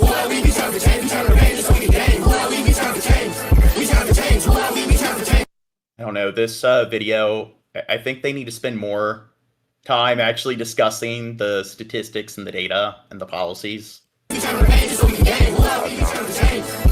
Yeah. You're not even proud of showcasing your own city's culture, John. Well, I have What, 'cause seen... it's not country music, it's not good for you, Gene? Huh? Well, Channel 5, I think they do try to remedy the fact that everyone has an attention span of a goldfish. So it's just, they need to have 5 minutes of just noise and music montages. they in order to keep people, like, fixed. And that's one of the pillars that we teach here at Challenge to Change in our 3 rites of passage. The first one is identity. You know, of course, it's my son right here on the wall behind you. He got murdered in 2013 as a result of gang violence and all. He got caught up in the gangs. Me serving 25 years of my life in and out of prison, left him out here, which is happening throughout major cities. The fathers are going to prison, leaving their sons and daughters out here. And he happened to be one of the first funerals I ever preached in my life was my son. When the father's absent, like, so much stuff take place. Because he's a pillar of the home. So if he's not there, who's there? This is my son, Mac, and this baby Bitwell. They call him Bitwell. You see what I mean? This is my son. He look just like me on the U. They say nice. I say Duke Mackin, but that, hey, that's what fathers do. They think he's great, and I think he got work to do. I love you. Go ahead, Ash. It's my boy's Bitwell. That's what they call him. They gave me, he earned his name. Father is not. I don't know. I don't know. Well, Channel 5, I'm thinking, somebody has a news story they want us to cover. Thinking maybe I'll blacklist Channel 5 because I don't think they really at do. least finish the video, John. Let's get the context here, John. Come on, you just... Well, they do a really bad job, like, going over the actual politics. Not a name, but it's the title that's a result of a function. I've I've seen clips from this. There's parts of this that are worth... You out of the picture, you're just a sperm donor, right? According to data, 47.5% of black youth in America live without a consistent father figure in their life. In 1950, that number was 8.5%. We've seen from data that having no father in the house is the lead cause of youth criminality across the country, regardless of race. To hundreds of kids, especially young boys, Uncle T is more than a mentor. He's someone they can trust, who again won't call the cops and isn't scared to apply. So social programs that give young, like, adolescent boys sort of guidance and give them purpose, something to do. Seems like that's something that contributes to a decline in crime rates. And when it comes to, like, in Baltimore, most of the crime is from, like, children. It's not something that's being carried out by adults. So there's a very narrow age demographic that's actually associated with the crime. He's going to get into true that. Discipline. Uncle T amputee came into my life by one of my close friends, and he preached at his funeral. And when I saw he came and preached at his funeral for free, no cause, and really genuinely care, like it just did something to me. Like I always like, man, I'll forever be in his good graces, you know, like anything he ever need, like I'm gonna make sure I'm there because he didn't have to do that. I was shot the first time in 2021, November the 15th, just coming home from prison. I did 2 years. Car rolled up like next to me, and like as soon as I looked, the first shot hit me in my face and instantly blinded me. Went in this eye, crossed over, hit this eye, and got stuck in my face and instantly blinded me, even knocked my sense of smell up. And my car was shot up 45 times. I got hit 7 times. I saw the shots was done, and I noticed I couldn't see. I just climbed out my car window, took a knee, took my hoodie off, and put pressure on my face, you know, just to try to take the right procedures to keep myself alive and keep myself woke. I got hit 5 times in my legs, in my buttocks, and in my foot. A lot of people don't come out that, you know, 45 shots, sit point blank range, it didn't get hit in my face. I was supposed to be completely blind. Oh, and throughout the United States, another issue is a lot of times kids are charged as adults. And when it comes to our juvenile detention center, like juvenile prisons are just as like disgusting and deplorable as adult prisons. So it's just, you're kind of setting the kid like up to fail by like putting them in a juvenile detention center for like 3 or 4 years. And the amount of time they give minors in terms of their sentences, I think is a bit excessive. So in America, we do tend to incarcerate people for much longer periods of time compared to like most other countries, not just developed countries. And it doesn't really work because our recidivism rate is very, very, very low. But like I say again, by the grace of God, my sight came back instead of 2020. And it's like in America, if you got a criminal record, you can't vote. You're not eligible for like things like Social Security, and it's pretty much impossible to find work. So it's just, do they want that to happen? Where if there's an area where there's high crime, just make it so all of those people are forced to live a life of crime, where pretty much everyone gets a life sentence. Now I got 0-12 because this eye gone. Most kids that reach out to me, they pretty much know who they reaching out to. A man that's gonna love them to life, not to death. And they know I'm not gonna sugarcoat anything. I'm being straight up, and they know that whatever kind of advice I give them or whatever I say to them is geared towards creating greatness in them or extracting greatness out of them. So that's my whole thing. Whenever a kid come in my life, you already know Uncle T. He can come to me, ask me for anything. If I got money, I'm gonna give him my last. Yeah, my man, Uncle T. If you're Uncle T, everybody in East Baltimore knows Uncle T, right? And it's about being able to connect with people. What the kids suffer throughout our city is perpetual trauma. What's that again? What's that? Stand over him. Oh, okay. Trauma on top of trauma. You know, acute trauma. You know, the kind of trauma that even psychiatrists and psychologists is struggling to try to deal with, because there's layers and layers of it. There's a lot of trauma. Some people don't want to intervene because they're so traumatized. You get what I'm saying? Don't even. I know people who like to engage in your sort of dehumanizing sort of rhetoric where they live in the hood. They might be more likely to engage in violent behavior like children in those settings. A lot of the people who are very right-leaning that will just look at them like they're a bunch of thugs, they tend to have a lot of the same like sort of views that they want to associate with them. Like thuggish mentalities. Yeah, I bet I could beat you in a fight. That person's a pussy. Being able to like subdue. Earlier, like you guys are a bunch of pussies. And then they're also anti-education, so they have this sort of mentality where they'll look at like your sort of city slang or dialect, and their attitude is like, yeah, they don't talk the right way. But then if somebody speaks in a more formal manner than they do, then they're gay. And they're using big words, and big words bad. So it just kind of shows that they think in a very limited, very restrictive manner. They kind of just want the whole world to be very uniform and vanilla. You're only allowed to speak in hickeys like they do. Cry no more sometimes. Numb. They just numb. I was shot 12 times. You get what I'm saying? My own homeboys, 2012, still don't cop me out in my life. You get what I'm saying? What are some of those shared traumas and experiences you're referring to? What's that? I don't think I've heard hickeys before as a language. But that's the irony, is they'll talk about crime rates in cities, and they'll talk about, I guess, the kind of culture that might contribute to crime in certain crime-heavy, like, metropolitan areas, but yet you look at their own culture, and there's lots of parallels. So it seems kind of odd, like, they want to dehumanize people in that area, but then they support the, like, I bet I could beat you in a fight, that's gay, education bad, big words bad. I can go on for days, but some of the core ones that we see a lot is domestic violence, substance abuse, lack of resources as far as like housing and groceries, lack of educational support, things like that. How many of y'all seen a body on the ground? How many of y'all know somebody close to y'all that got killed? How many of y'all went to funerals of people? Y'all never even put your hands down, man. Some of these younger guys need hugs. Some of them need therapy. Every young guy I come across, I preach, go to therapy.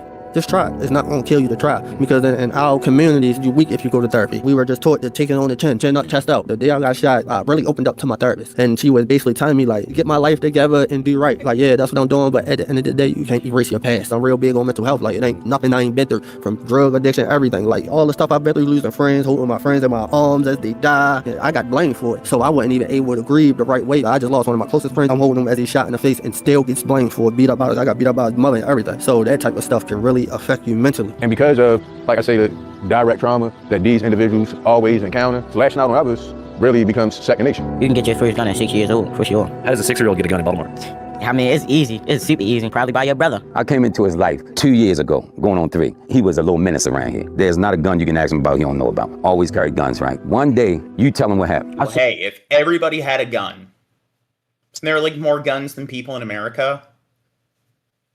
And walking up the street with all these brothers for real. They was talking to me, they gave me a lot of money and stuff. I went home, busted down with my people for real. He had told me to come back later on to come see him for real. Boom. I came back later on that day, had a gun on me. All the older dudes, they were showing me all the bad stuff, showing me the wrong routes. He was like, you know you risking like what's going on. He said like, you gotta take it off of you. I wasn't taking it off me. I goes back, I tried going to the alley somewhere and tuck it some more, thinking I was slick. I come back, he checked me again, he still found it for real. He hollered at me, he like, you still bring it back for real. Took me to the water, I had to throw my gun for real. I ain't wanna do it. I told him I wasn't doing that at first. But yeah, hold me, he like, I got you, like I'm riding behind you, like, once you throw this gun, I'm with you all the way. Like, you gotta let it go. So I let it go, and now we here. And now, this my gun, you heard me, this my switch. Wow. Well, they gave him a hobby. when I had a flash on there, it's definitely going to blind you. Like, I'm telling you, like, boom. So do you think like recreational centers for youth or certain programs that teach kids a trade? Do you think if kids have places to go to spend their time productively at the end of the day, they're more likely to or less likely to engage in crime? I'd say so. On my free time, I go downtown. But don't you think that's a waste of taxpayer money when, you know, like confining people in prison is really expensive and America like spends more like it's something like a prisoner is more expensive than like what is it? It's one like year in prison is more expensive than 3 students being put through, or the amount of money that is spent on 18 years of education for 3 different citizens of the United States. Hustle. I be like, how y'all doing? I'm a young photographer, and I take pictures for $10 a piece. Would y'all like to support me? And I tell them that I got a deal for 5 for $25. That's a pretty good deal. I'll do it. Yeah. We'll hire you for a little photo shoot if you're down. So somebody says, I can tell you are focused on your own opinion on this while ignoring actual facts. So what are the facts that we're ignoring? Do you want to present some of your own facts? See, no more, definitely. This is Baltimore Noel's Italian house. Yeah, the one and only. I'm gonna give it a 10 out of 10. Yeah, He said he gave it a 10 out of 10, y'all. Let's get it up. Strong young man right here, man. Got a little more journey to go, man. I just want him to stay focused for real. He already so farther than a lot of older piece on him because he was wondering if we'll get a response. To school for a whole year. I took him up at the Board of Education, demanded they get him back in school. He got back in school. The first quarter, he brought, how many certificates you brought? Yeah, he brought them to the... About like 6 certificates. And then I got like 6 more. And how many people watched that post? 9 million. Oh man, you just came from school. The giddy up, okay. Oh, what you got? Man, look, y'all get it up, y'all. Get it up on him, y'all. Don't play with that, bro. Yeah, don't give that money, y'all. Give that money. Don't play with him. That's big. The giddy up. Yeah, the giddy up. 9 million people watched that post because they were so proud of his accomplishment and his achievements. He's a big example for other young people. Oh, somebody says, God bless President Trump. Well, the declining crime rates here, are these the sort of Trump policies that are associated with it? God's not real, Bradley. Yeah. And you Neighborhood to look up to at some point. Trump already admitted he's probably not getting into heaven. I can do it. He's gonna need all the blessings he can get. Poster child. He's a poster child. And I'm going to do everything in my conceivable power to push him into his greatness. Hey, what's up, guys? It's me again. Do you like Channel 5? What if I told you we have a second Spanish language channel with 6 new episodes of... Let's go watch that. I won't be able to tell what they're saying, but I'll still enjoy it, I think. Channel 5. Now, what I was saying before about these sort of social programs is somebody who is a retarded Republican will make the argument that that's a waste of taxpayer money. But then if you don't do anything to address the crime, they end up in prison. And prison is technically a social program. It's a type of social institution. And that's a big sink when it comes to taxpayer money. But I don't know. Do you think they're just not able to think that far ahead? Yeah? Yes. This isn't the 1990s. This isn't things that's like, oh, it's gang violence. They're getting close to arresting the leaders of the so-called shotgun bandits. Only nationally, only 11% of homicides are connected to gangs. So if you went out and solved all of those, the majority of them would still be happening because most of the things that are happening are basic human conflict. And what our Safe Streets Violence Interrupters do is intercede in that. As I mentioned, the Safe Streets program is only controversial due to the fact that they're not cops and are mostly convicted felons. But ironically, it's that credibility of being behind the wall and now outside that allows them the access to interview. But here, I'd say I'm not a big fan of Channel 5 News. Are you a big fan of the Safe Streets team, John? Same. Of what? The Safe Streets team in Baltimore.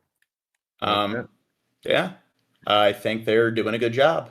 In a way that leads to actual resolution. Here, next story.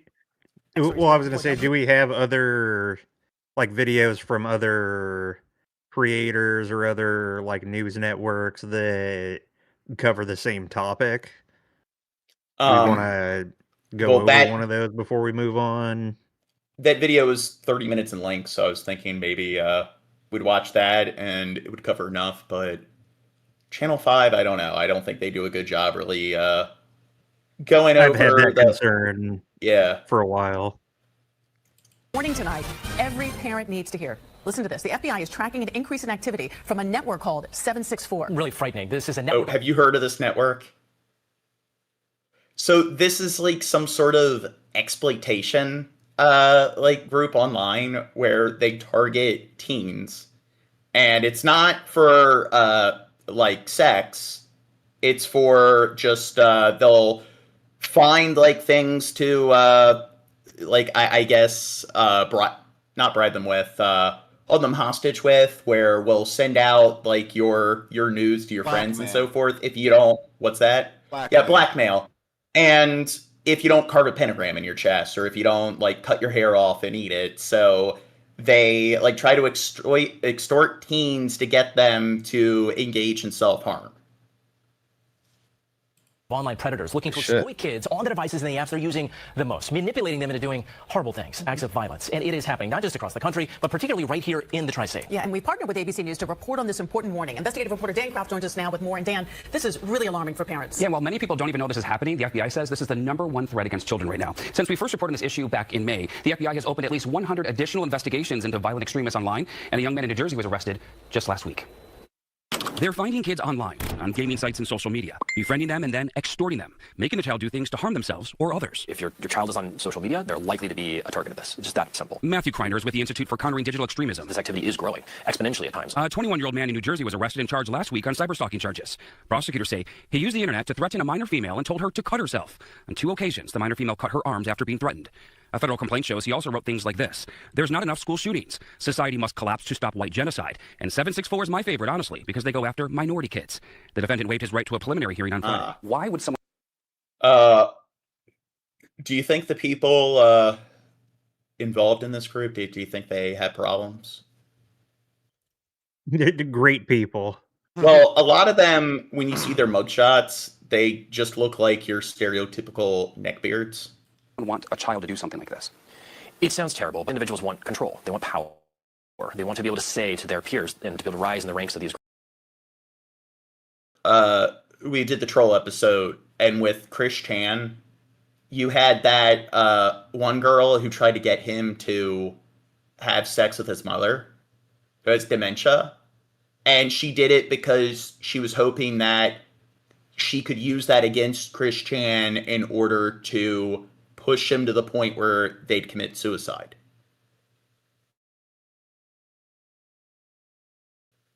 And it's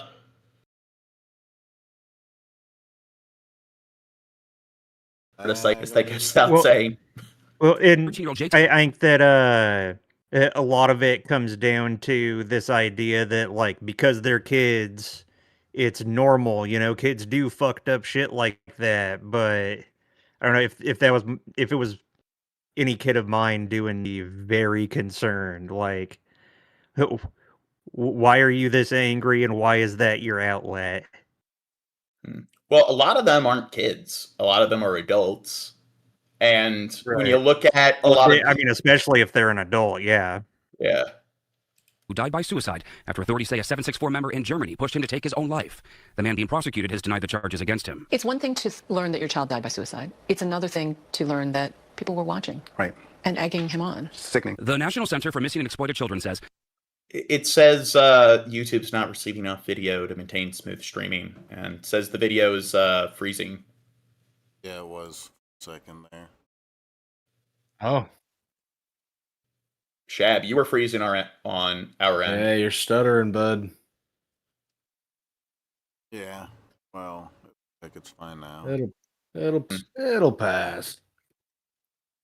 This year alone, it's on track to receive nearly 2,000 reports of abuse tied to 764 or similar online networks, much of it starting on popular online platforms. The FBI director calls it modern-day terrorism in America. By going after them online, causing self-mutilation, suicide, sexual abuse, and steering them in the wrong direction. While online activity has picked up, so have the steps federal investigators say they're taking to find online extremists. What would be your number one message for parents? Have the difficult conversations now about... Now, like, I don't know, do you think parents, how much of the blame do you think rests on the parents? I mean, Yeah. it depends on specifically who you're talking about that's engaging in the behavior. Well, I watched a documentary on this, and it's just there's this one girl who's posting like stuff of her cutting herself on the internet, and it's just, well, if your kid has cuts all over their body, I mean, it seems I don't know where the parents, the fact that they're not actually aware of something like that, and also like do you think teenagers need to have smartphones? Also I would say depends on probably age. not. Probably, yeah, again, depends on age, I'd say as well. But that being said, you know, it's one of those things where it's hard to put the genie back in the bottle. I mean, I got my first smartphone at like 14. You know, they put it off for me. But that being said, it's a hard gauge to where you can blame the parents in an issue like that, where it's, you know, in this day and age, kids do have a reasonable expectation of privacy online. There's no way to tell if they're being bullied online and being pressured to harm themselves or something like that. Unless you are yeah. I mean, you know, if the child has gotten in trouble online before, you know, and you know, maybe there's a reason to, you know, inspect their privacy. But I don't know. That's a touchy issue, I'd say. Well, I think that there's elements of somebody's privacy that doesn't necessarily involve the internet. So I understand a personal computer where you might have your own like sort of personal journal or notebook, things like that. Like there's that element of privacy, the stuff that's just connected to it being some sort of like data storage device that isn't connected online. But then it's just, I don't know, like I don't think a kid needs to have the level of access to the internet that is considered normal in the country. I would agree. Agree. I mean, it's not that hard to log into your router and block certain websites. That way, like, you can have it set where it's like only the parent's computer has access to, like, let's say, like Reddit. You can set it up where, like, no device in the household has access to Reddit except for your own personal device. And then there's also programs that you can install that act as firewalls. And I don't think it's really a violation of a kid's privacy to have programs that track their, like, the websites they're going to. And being able to see, like, what are all the different platforms that they're logging into every day, and if they log into some sketchy site, it's like, it says here that they're logging into, like, Facebook and Instagram. But if there's this other sort of sketchy site that they're logging into, I mean, do you think that's... If you're going to set a sketchy site, groups and people like these 704 fuckers, they're on Instagram and these popular platforms where in this society, you know, people don't want to be the helicopter parent that, you know, snoops to their kid's phone every night or whatever the hell, you know. But I'm not saying that's measured thinking. I mean, you know, and there's dangers online, and of course kids need to be taught online safety if they're going to be exposed to the internet. But I think I would not disagree with there being a separate internet only for children, which again, that there's a whole other problem of adults finding a way to invade that. But yeah, I don't know. It's a hard issue. But So what do you think of the logic of there's no point of trying to monitor or regulate their internet usage or access because they're kids, they'll always find a way to circumvent it? There's a point to be made there. I mean, we were given laptops in high school, and it wasn't long until everybody was going around with a USB drive with the Tor browser on it, you know? Well, I do think that's stupid logic because, like, people use that, like, why should we try to fix an issue? Because if you aren't able to make it go away entirely and fix it 100%, then if you can mitigate the issue by a very large margin, well, you shouldn't do that because, you know, if you can't make 100% of homicides go away, you shouldn't try to make 90% of them go away. I mean, you shouldn't try to lower crime rates because people are always going to commit crimes. So I think that's black and white thinking. And like I said, I'm Somebody clip that. I'm in favor of these laws being put into place that would restrict children's access to the internet at large. I just think it's going to be a hard thing to do. But if it happens, yeah, I'm fully in favor of it. But I also think it's and yeah, you can blame the parents if you want, John, but you know, well, maybe an oppressive parent who's constantly snooping through your phone would cause just as much emotional distress to a young teenager. I don't think they need to go through their phone, but you can make sure that they just have a flip phone. Oh yeah, there's that. You can just go into your log into your modem and just block certain websites and block sites at certain times a day while also putting firewalls on the the computers. And it's just, if there's 2 or 3 sort of barriers that a kid has to go through, I think that sort of logic of they'll just circumvent it. I think it doesn't hurt to try, and I do think that if you put enough barriers in place, most kids probably aren't going to be able to get around it. I mean, kids today aren't that much more tech savvy compared to the older generation, so you would think that the younger generations are more tech savvy compared to the older generations, but Gen Alpha or the current grade school age kids, they're pretty computer illiterate. So that is something that's also concerning, is that they're not really that adept when it comes to using a device outside of a smartphone. So it's just based on the data. It's like, if you do put guardrails or firewalls on your computer, they are less computer literate, so they're probably going to be less capable of actually circumventing it. What your child may or may not be exposed to online. It's very similar to the birds and the bees conversation. It's going to be painful. It's uncomfortable, but they need to hear it. They need to hear it. The FBI says extremists typically threaten victims, saying they'll post where they live and information about their families if they do not cooperate with what they're saying online. That's why they say it's very important for parents to have... And what do you think of Roblox? Shut it down. Shut it down or turn off. Get it out of here. Get it out of here. I don't know what you can do. When I was in middle school and I started playing video games online, it's like I was on Xbox Live, I had a headset, and of course, I would have conversations with adults that I should have had where nothing like sexual or anything like that, but adults talking shit to kids online and or even like older kids, people going back and forth and cussing each other out.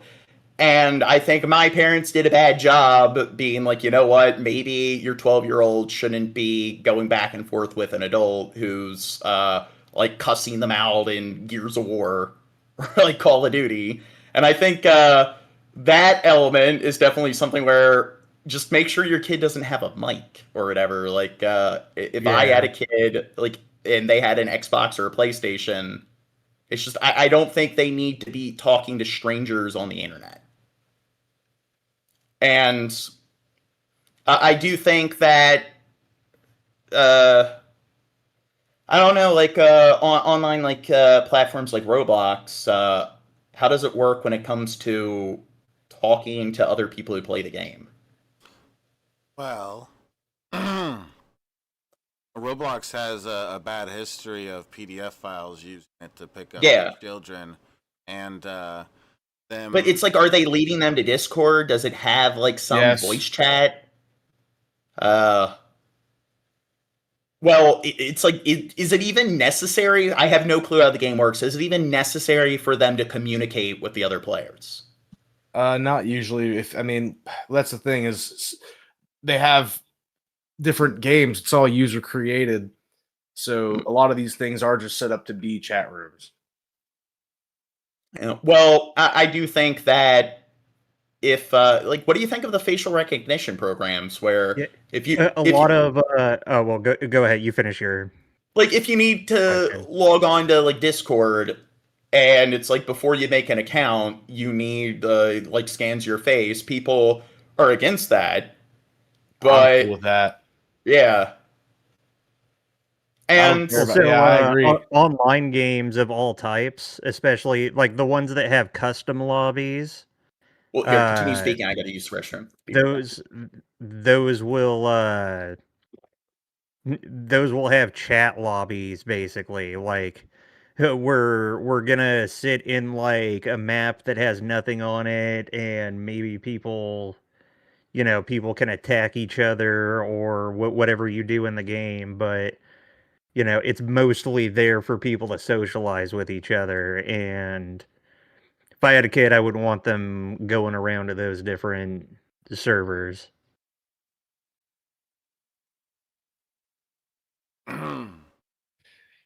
Yeah, I was scrolling through earlier and I saw there was like a Charlie Kirk simulator on Roblox.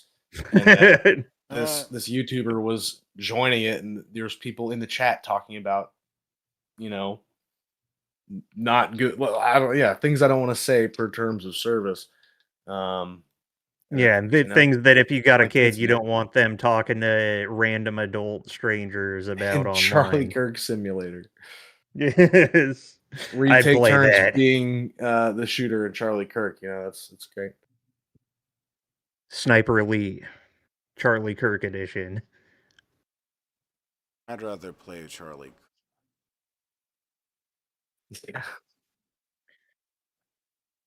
What about a game called Charlie Kirk's Revenge?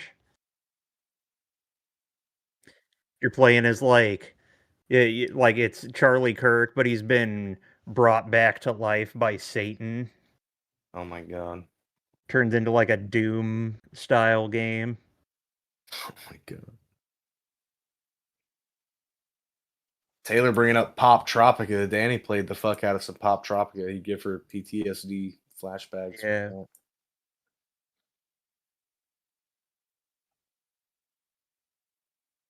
Tropica, that sounds dorky. Hello from India. Hello, homeless. I don't think that's a real Pokemon, Sarah Fox. Homeless hater from India, bro.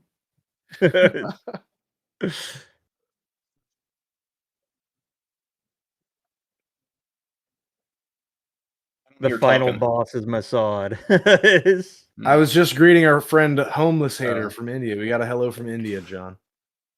Hello, person from India. I'm glad that we have less American viewers because, I don't know. Our average American viewer seems to be retarded Trumpites, so I definitely welcome people from other cultures because, because I don't like Trump, that automatically means I hate my own country. Open and honest conversations with their children about this. And you also say that they catch them in compromising positions. Yeah, one of the biggest offenses right now is child pornography. Threatening the child if they don't shoot this, they're going to post it, and then they end up posting it anyways. So crazy. 764, why? Now, what about webcams? Do you think kids should have webcams? No. Now, and then they have one explicitly built into their smartphones nowadays. So. That's why they don't need smartphones. Exactly. But again, I used to work for a phone store.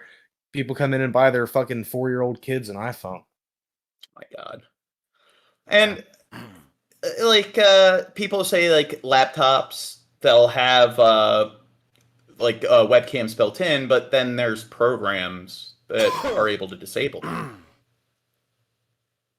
I mean, and there's even ways to permanently, physically, to damage it in a way where it's inoperable, in a way that's efficient and safe. So, but there are ways to disconnect it as well. So, that's another thing. I don't like having a webcam that's embedded in my laptop. I mean, if I want a webcam, I will buy that separately. So that sort of dynamic of our tech industry, I don't think everything needs a camera recording device that's embedded in it. I think a lot of that stuff can be external, and people should be able to choose whether or not they plug in a camera or a microphone to their apparatus. 764 is the first portion of the zip code in Texas where one of these cases originally started, and it kind of expanded globally from there. I'm a parent, got 3 kids, 11, 7, 9 years old. I've talked to friends today. I've never heard of this 764. Why are we just now hearing about this? Right. Well, it picked up a lot during the pandemic when a lot of kids were doing online learning and online everything, basically. And extremists have gotten really good at manipulating them, and it's showing in the cases that we're seeing from the FBI. Well, necessary reporting, Dan. Thank you so much. Thank you. Trinity hides her scars but can't unsee them. I look in the mirror now and I still see that engraved in my chest. I really wish it wasn't there. Trinity says she was forced to carve into her body by members of a violent online network of predators called 764. She says they also forced her to share sexually explicit images and even goaded her on when she attempted suicide. I was having a mental breakdown and I lifted. I think if your teenager... And even goaded her on when she attempted suicide. I was having a mental breakdown. Maybe I'm kind of turning on myself. Maybe if your teenager is putting on this sort of apparel and everything, or maybe they don't need to be on the internet. If they want to dress this way, fine, but I don't know. Down. And I lifted up my shirt and I said, look what they've done to me, look what they've done to me, I can't take this anymore. Trinity reported her exploitation to the RCMP in Red Deer in July 2021. So I went to a school that had 1,200 kids, but there were kids that would do crap where they would cut themselves and put it on Facebook. I mean, I don't maybe they have their Facebook set up where only friends can see it, but a lot of those kids, their Facebook accounts were public where anybody could see it. And it's just, and that was at the time where the average parent didn't really have social media. But now that everyone is using social media, do you think if a parent sees that their kid is posting images of them cutting themselves, that maybe I don't know, they probably shouldn't let their kid on Facebook? She and her mother Probably, Maria John. didn't feel the case Probably not. was being taken seriously until years later when a detective in North Carolina started looking into Trinity's case. Hearing Trinity say, "This is what he did to me," it still is hard to wrap my brain around. For their safety, we're not using their last names. Maybe they didn't take it serious that way because she was the one holding the knife, but it should have been taken serious. Police say 764 and its related groups are terrorizing thousands of children around the world. Its members prowl on popular platforms and lure vulnerable minors into private groups where they push them to self-harm, hurt their pets, and kill themselves. The most horrendous part about it is it's minors doing this to minors. And we're talking about 13-year-olds targeting 16-year-olds, 16-year-olds sextorting 11-year-olds. Alberta police identified the first official 764 case in Canada last year when they arrested a 14-year-old in Lethbridge. Argentino says there are now likely members and victims in every province and territory, and the threat is moving offline. A recent school shooting in Nashville is linked to 764. Several stabbings in Sweden and the murder of an elderly woman in Romania are also tied to the group. The RCMP now calls 764 a terror threat. There is active threat actors, including Canada, that are actively engaging in violent acts on children. Now, when it comes to minors that do crap like this, like it's the sort of online bullying and the hardcore edgelord sort of mentality, do you think that is just, like, some people claim that, oh, that's just how teenagers are, they're edgy? I do think that, I don't know, like, what percentage of teens do you think fall into that hardcore edgelord sort of area where it's just go all out and just abuse other people, try to push them over the edge of suicide? Yeah, I mean, I was a like long. I mean, I still have long hair to this day, but like, you know, middle school, high school, I was the Slipknot and Slayer fucking metal kid, and you know, it was pretty common for me to get into fights and beat up jocks and shit like that. But I don't know. I didn't go around on the internet looking for people to really make feel like shit. Like that's you got issues. It's not just edginess. I know, like, nowadays things are compounded with online bullying, but bullying's always been a thing. And of course, there's like the cliche of like the 80s bully, like just beating the shit out of other kids and giving them like swirlies. But the kind of kids that like do that kind of crap, I mean, what kind of adults do they become? Right. And I guess like I didn't interact with a lot of kids that were like that, but the kids that are like that, it's like, do they change when they're adults? Like once their brains develop, is the lack of empathy just a facet of being a kid?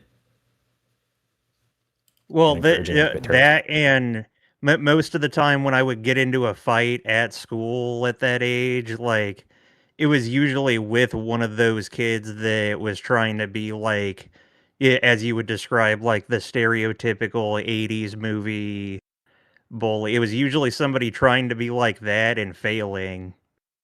So it's like, what kind of adult do you become when you spend your childhood attempting to be that and failing?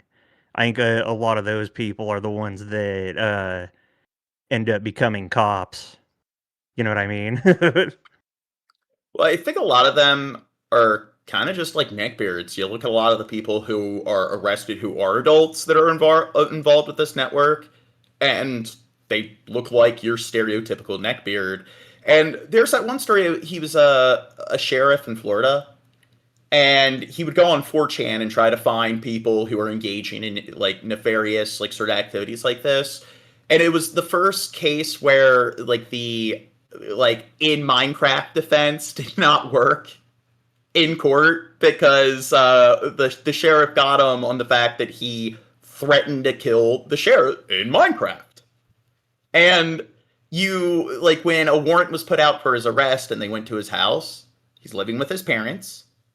He was an overweight sort of neckbeard, the most stereotypical like look when it comes to neckbeards.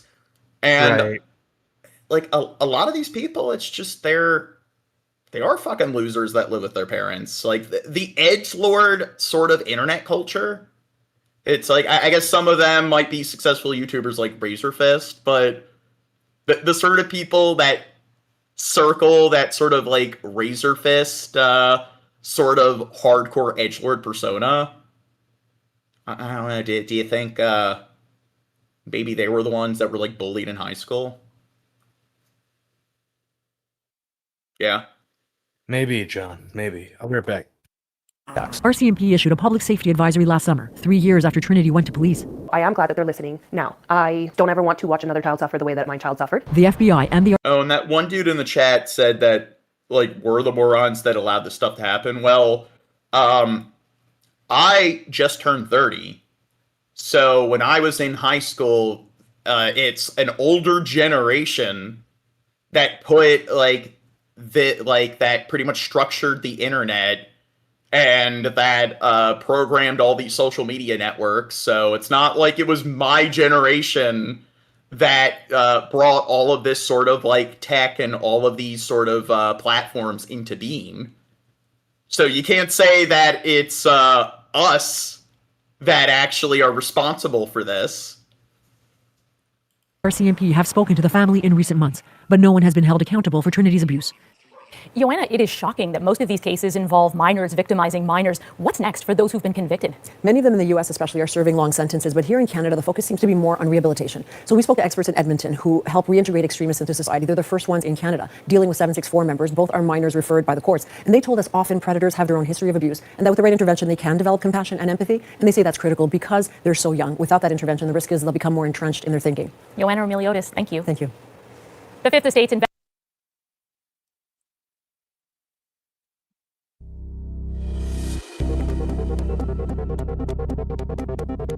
Welcome to this special edition of Nightline. I'm joined by ABC's Chief Justice Correspondent Pierre Thomas. Welcome back to Nightline, Pierre. Good to be here. I know you've been working on this story for nearly a year. Indeed. Juju, this is truly one of the most terrifying stories I've ever covered in my 30 years as a journalist. We're talking about a network that's both a national security threat and also a direct threat to the nation's families. It's a story of pure evil, a network that seeks to sow chaos in our society, one child at a time. Somebody asked, you were 15, 2010. Yeah. I mean, I would say that... So was I. Yeah, so you can't really blame us for what's going on here because all the policies and everything, that's stuff you can blame an older generation for. You're about to meet heartbroken If we're going to parents. play the generational blame game. Teenage whistleblower from halfway around the world. And we must warn you, there is graphic content and imagery that might disturb some viewers. The darkest corners of the internet, terrorizing the most vulnerable, in the most unexpected places. If it's happening here, it's happening everywhere and anywhere. Gig Harbor, Washington, a lush suburb of Seattle. Is it recording? Hi, Mom. It's where 13-year-old Jay Taylor grew up. I love you. I'm sorry I couldn't, talk to you on FaceTime. And it's where he was targeted in the middle of the night in his own home by a sinister online network called 764. We knew there were bad people on the internet, period, when we had those conversations. And you tried to limit it. Oh, yeah. It was locked down. But it wasn't enough. 764, a loose network of anonymous people online across the world, had targeted Jay. Their goal? To unleash chaos. Their targets, mostly children. It's chopping time. Like this girl, coerced to cut her own hair and eat it. One of the worst offenders of grooming and extortion. The FBI calling 764 one of the biggest emerging threats. We're going after the new form of what I refer to as modern-day terrorism in America, 764 crimes. Each and every one of the... Now, what do you think their approaches are on cracking down on it? I mean, to be fair, a lot of right-wing boomers do tend to be very anti-tech, very anti-internet, so they don't really seem to... they will pay attention to the negative sides of the internet, but they also like to ignore a lot of the positive elements of the internet and modern digital tech. But I'm wondering, do you think they're going to support like what we're talking about, like regulations that like scan a child's face to make sure that they're not a minor, and if they are, blocking them from creating an account or accessing those sites?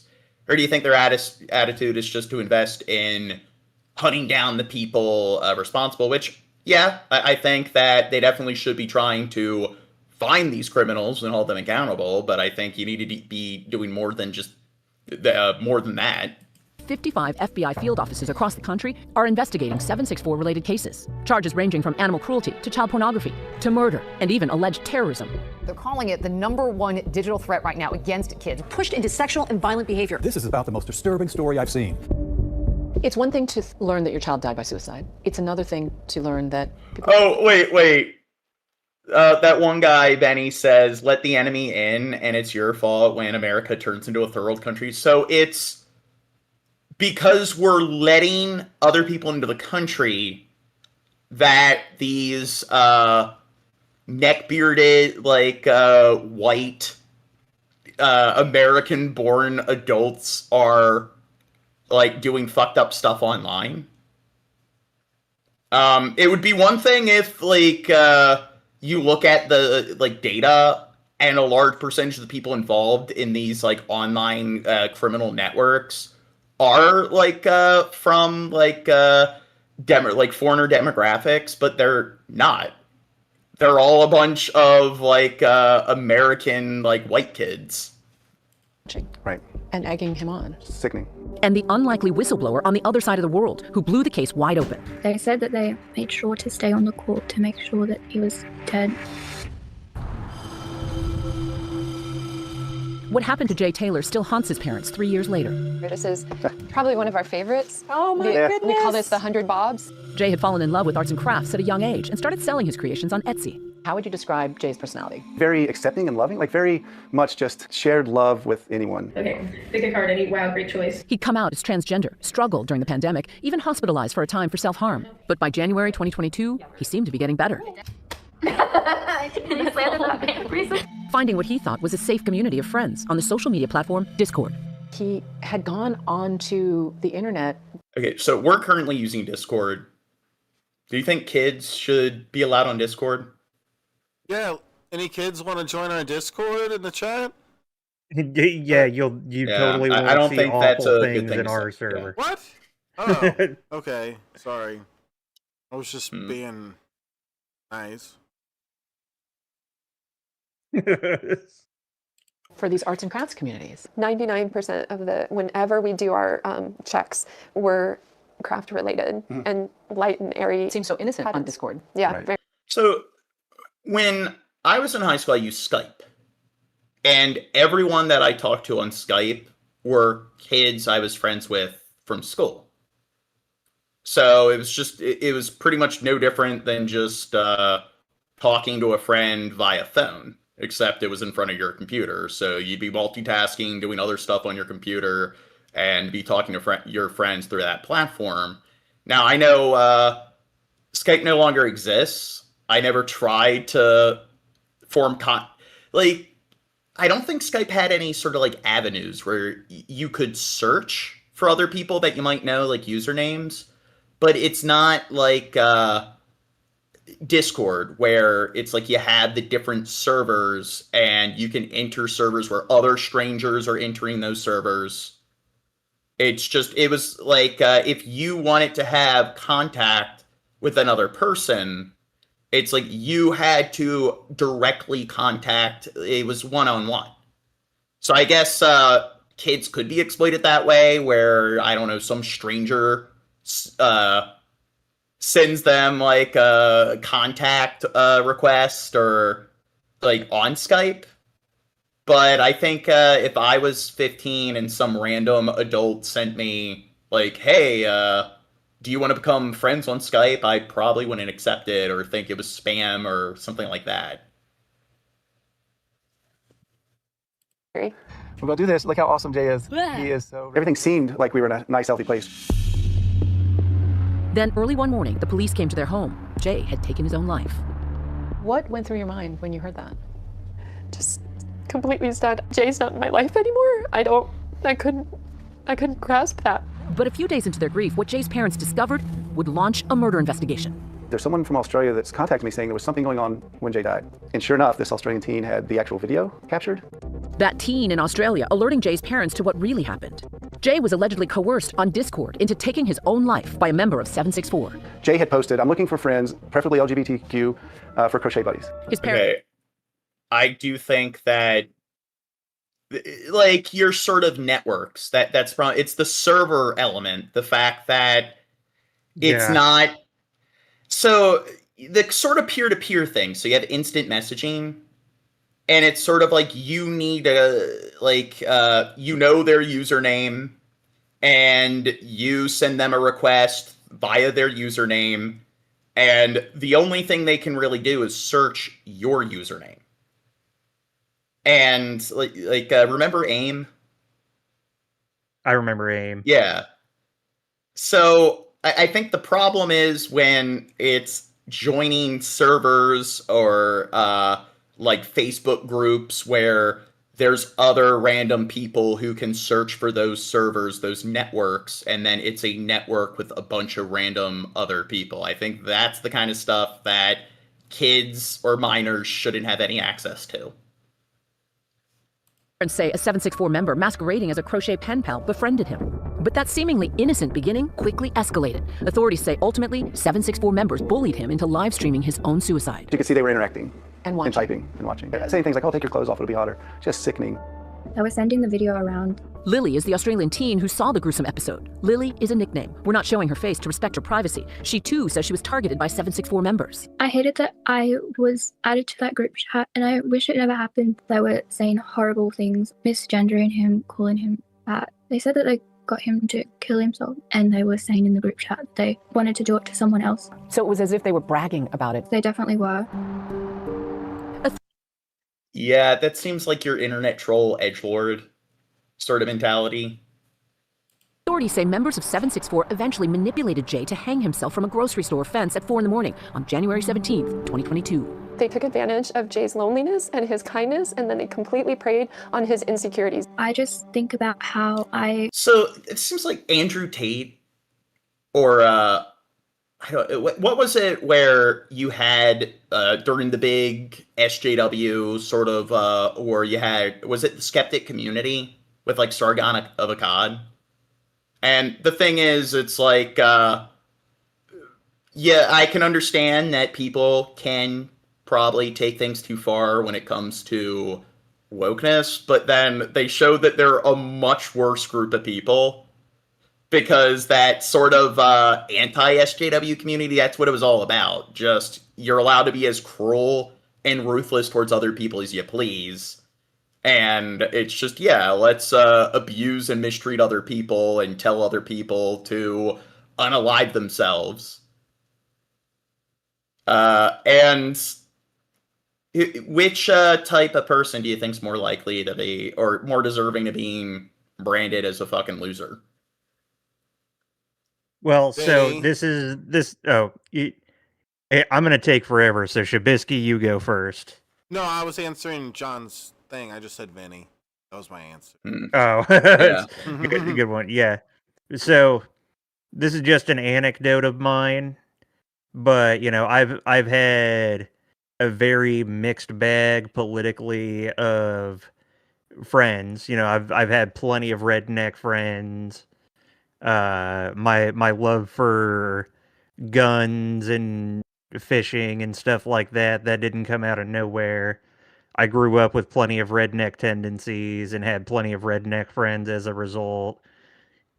And the dudes that I knew who liked Andrew Tate and celebrated the Kiwi farms, the stuff like that, these online communities centered around just being hyper negative, edgy pieces of shit, those dudes were always the ones that complained to me about not having a lot of friends and never getting laid and stuff like that. And I don't know, it seems like those kinds of behaviors coincide with, you know, not being very successful socially and not being liked. I'm not saying it. I'm not saying like if you stop acting like this, then you're automatically gonna have a ton of friends and you're gonna get a ton of pussy or something. It's just, you know, maybe don't be like that. I don't know. All right, so the Venny dude says, "Are words violence queer?" So I don't think if somebody insults somebody, they should go to prison or face criminal charges. But I think if you have a job and you just insult somebody by calling them a queer, I don't feel sorry for you if you get fired. And I don't think that's something that should be like respected or protected. Yeah, so it's just this attitude of I'm going to be some crass, rude, disrespectful person. And then I expect that if people decide that they want to kick me from a group or they're going to fire me from my job because somebody reports me to like HR, to the manager, I think you really shouldn't complain. And I mean, I understand that somebody might repeat a joke from South Park, a joke that mocks racism, but because it's about racism, you have people that will take things too far in that direction. Where because they might be talking about something that isn't family friendly enough, they'll try to report somebody and get them in trouble. So I do think you have the sort of tattletale dynamic. But then there's also crap like that, where the people that were fighting against that also seem to support just having no empathy or compassion at all, and having any decent, like, semblance of, like, modesty equates to being a pussy. And then the problem is, it's like, if you just want to be as overtly disrespectful to other people as you please, what happens when people are just as overtly rude and insulting towards you as they please? These are usually the kind of people who don't just sit there and take it. They usually will freak out and cry. And the thing is, as an adult, you can't just punch somebody in the face because they're insulting you. So they don't want people fired from their jobs for insulting others, but then they also will argue that if somebody's rude to others, what it comes down to is who can beat somebody else in a fight. And then what's the logic there? Is that if you're able to beat people in fights, you're allowed to verbally abuse them? So the person in the office who is able to beat the shit out of everybody, they should be able to just physically and verbally abuse anybody they please. So that's your... That is another thing, is I've had numerous... I wouldn't even call them anecdotes, just context/scenarios where, you've got the dude that's whining about how many big words you're using and going, oh yeah, well, I bet if I just beat the fuck out of you, I would just win the argument anyway. And then when you beat the fuck out of them, suddenly they don't think that's how arguments work because they lost. And, like, I've even dealt with these people online where their rhetoric is just talk a bunch of, like, shit like a 12-year-old, but then if you turn around and start roasting them, they want justice. They want the person banned or kicked from a server, and it's like, well, wait a second.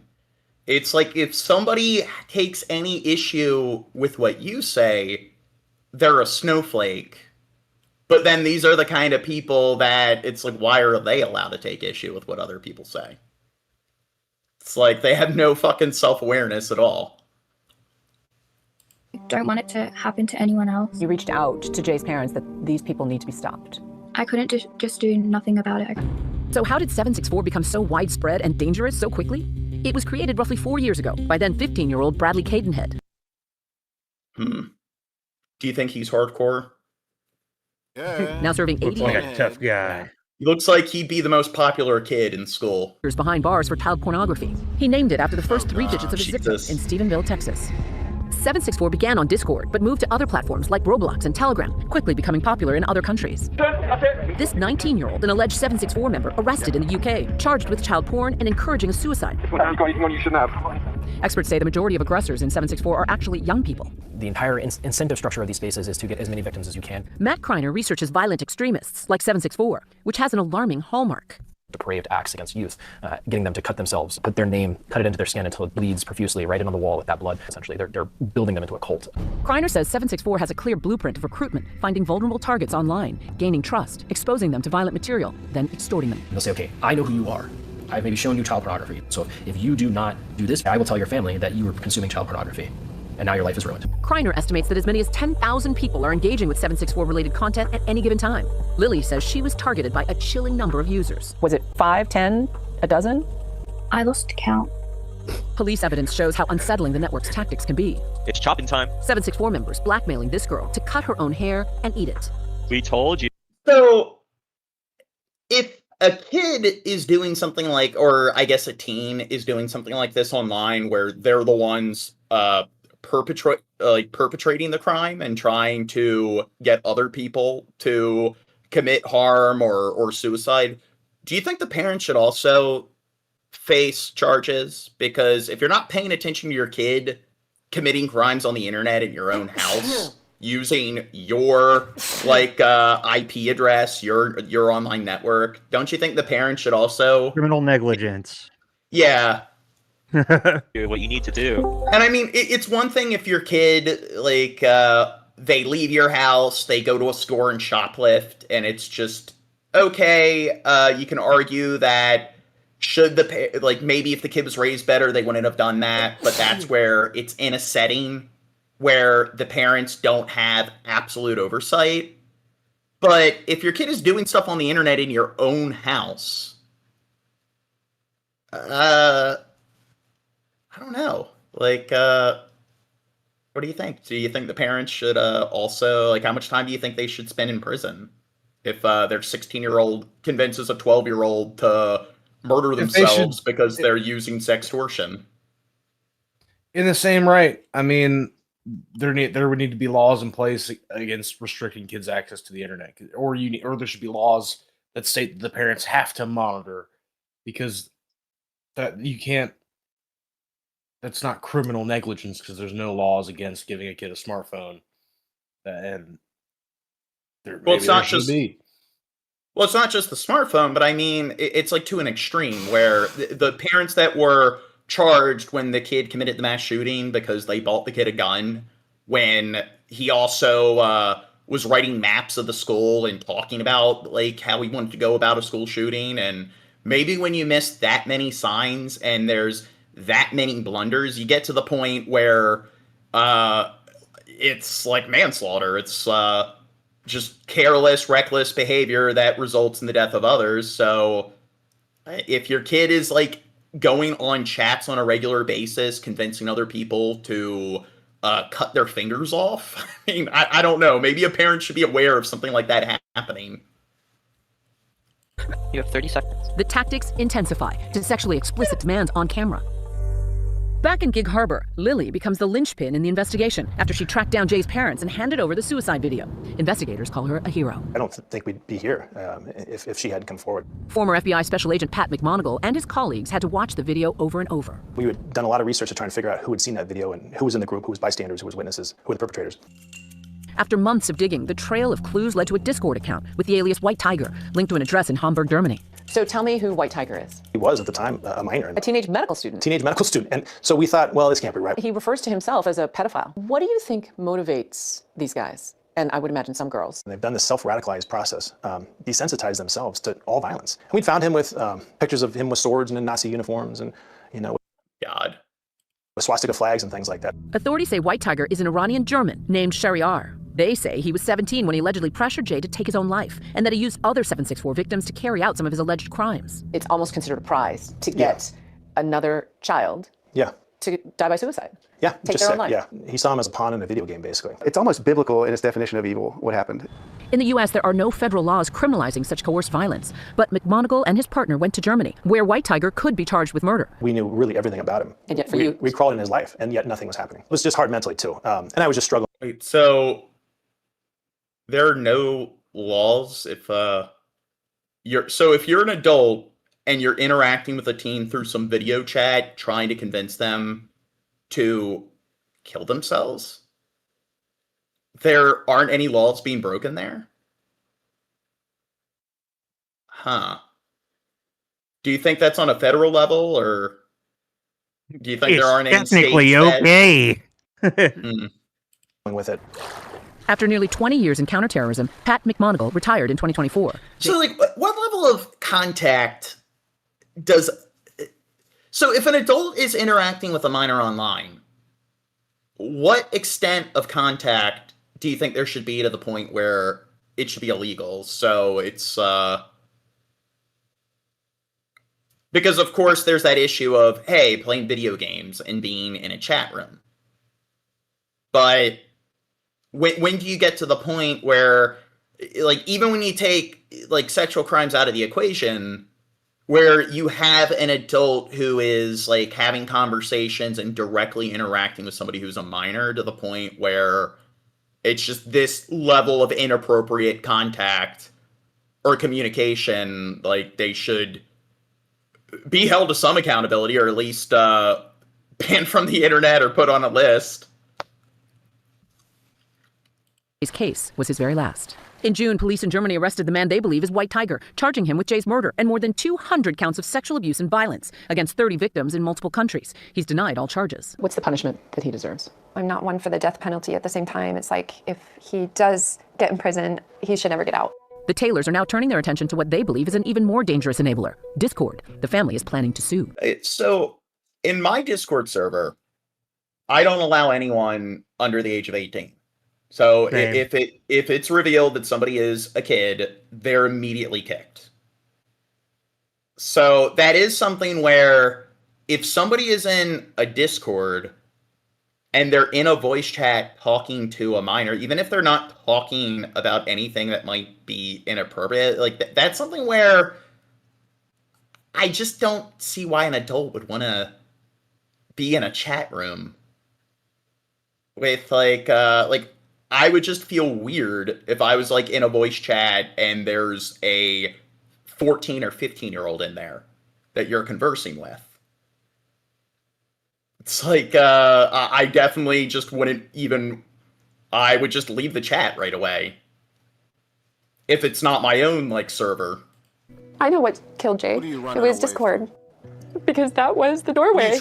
Well, I think that you're not the kid's parents, you're not their relative, and I think that unless you have a job where you're an educator or something, it's just I don't know, being someone who isn't related to a kid who's an adult, like interacting with like the kid, like I don't know, it's like, what if your neighbor like lets a 14-year-old into their home and they like watch Netflix with that? Like if I had a kid and I found out that like a 20, 30-year-old neighbor just invited them into their house to play video games, I'd be like, wait, what the fuck?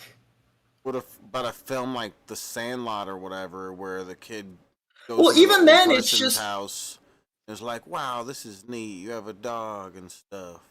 Well, to me, like that's what it seems like. It's just if somebody is like in a server, like hanging out, interacting with kids, it's just, even if it's not something that's like technically illegal, it's like, I feel like I don't know. I don't think that person should be allowed near children if they're going to do that. These bad guys that we would never let into our home. They allow users to run scripts on their system that will eradicate their footprints, will delete everything they were saying to Jay. Discord allows users to hide evidence of foul play on their system, and that attracts these type of organizations to just fester and grow and emboldens. When asked for comment, a Discord spokesperson told ABC News the company does not endorse third-party tools used to delete messages, and that 764 has no place on Discord or anywhere in society, adding that Discord uses a range of tools, including machine learning and human content moderation, to proactively detect and remove content that violates our policies. I really don't know what we could have done differently. No, like popsicles. The Taylors are hoping their son's legacy will shine a light into the darkest corners of the internet. I couldn't live with myself not making this push now, making it public, because if I read a story like Jay's, after Jay's passed, we failed Jay. Such determined parents. Okay. Let's get to the next topic. Israeli forces shot 2 Palestinian men on Thursday who appeared to be surrendering and unarmed during a raid in the Israeli-occupied West Bank. This video contains graphic images of the shooting. Palestine TV news footage showed the men exiting a building surrounded by armed Israeli forces in the northern West Bank city of Jenin, lifting their shirts and lying on the ground in an apparent surrender. The forces then appeared to direct the men. So, people who want to defend Israel will point to Gaza, and they'll make the argument that, hey, Hamas is in Gaza. They voted for Hamas. They engaged in that gross oversimplification and that sort of let's treat them like they're a board. And of course, when it comes to Gaza, at least there's some level of like notable hostility like within that territory. But the West Bank, why is Israel doing the same kind of crap in the West Bank when it comes to building settlements? Because in the West Bank, seems like they're a lot more complicit, and it seems like the Palestinian sort of communities are not really engaging in a lot of like military attacks against Israel at all. So people making the argument that trying to act like Israel's innocent and they're a non-aggressor. Well, you have these two parallels, Gaza and the West Bank, and it seems like Israel is pretty indiscriminate. Back inside the building before opening fire at close range. This is Reuters' video of the incident. A Reuters journalist in the vicinity saw the men leave the building, appearing to surrender. And later, after hearing shots fired, saw Israeli forces standing near what appeared to be a lifeless body. The Palestinian Health Ministry said in a statement that the two men were killed in the shooting, identifying them as 26-year-old Montasser Abdullah and 37-year-old Yusuf Assasa. The Israeli military and Israel police issued a joint statement announcing that they had opened an investigation after forces opened fire towards suspects who had exited a building. The statement did not give any reason for why the forces opened fire, nor say that the two men had lain on the ground before they were directed back inside the building and shot. The statement said the two men who were shot were wanted individuals who were affiliated with a, quote, terror network in the area. So here, that could be legit, or they could be full of shit. We can't really trust the IDF. But there's also stories of civilians, Israeli civilians that are in these illegal settlements attacking West Bank Palestinian civilians. So how do they justify that? Jenin. It did not specify what the two men were accused of, nor disclose any evidence of their alleged link with a terror network. The Jenin raid marks the latest assault in a months-long Israeli campaign across northern West Bank cities. Some disturbing video now out of the West Bank capturing the moments Israeli border police shoot and kill two Palestinian men. The IDF now saying the incident is under review. Here's Hala Garani. Tonight, shocking video coming out of the occupied West Bank. Israeli border police caught on camera in Jenin Thursday shooting and killing two Palestinian men who appear unarmed and surrendering. The video shows the pair exiting a building. They are kneeling with their hands up. The men then lift their shirts, presumably to show they're not carrying weapons or wearing explosives. The footage, filmed by a Palestinian TV channel and which has no audio, shows a soldier kicking one of the men, then shows both men apparently forced back inside the building at gunpoint. They are both shot, their bodies later dragged out. The Israeli military and police today issuing a joint statement that the incident is under review.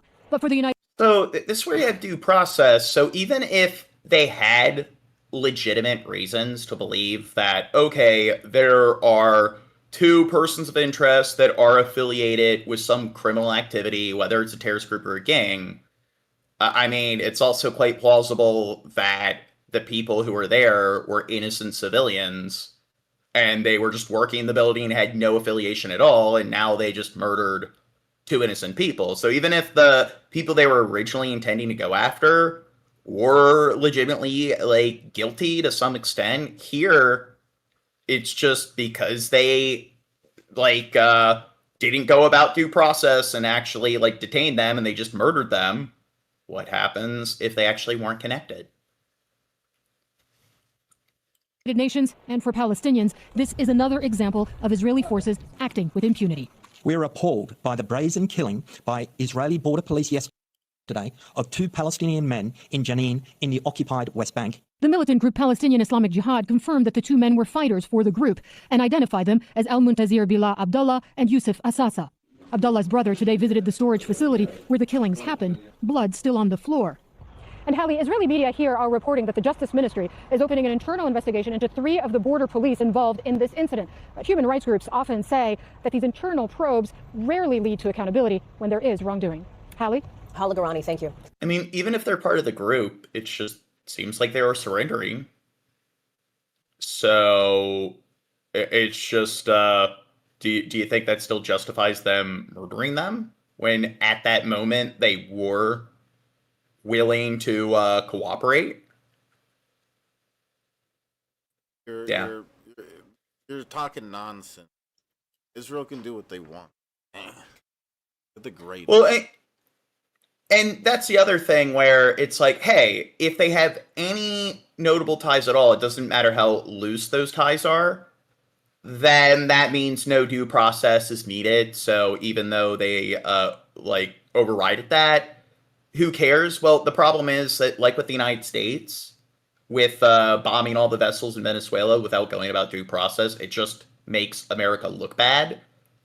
It's just yet another case where if they did things differently, then it would make them look... Shab, I'm hearing myself through your mic.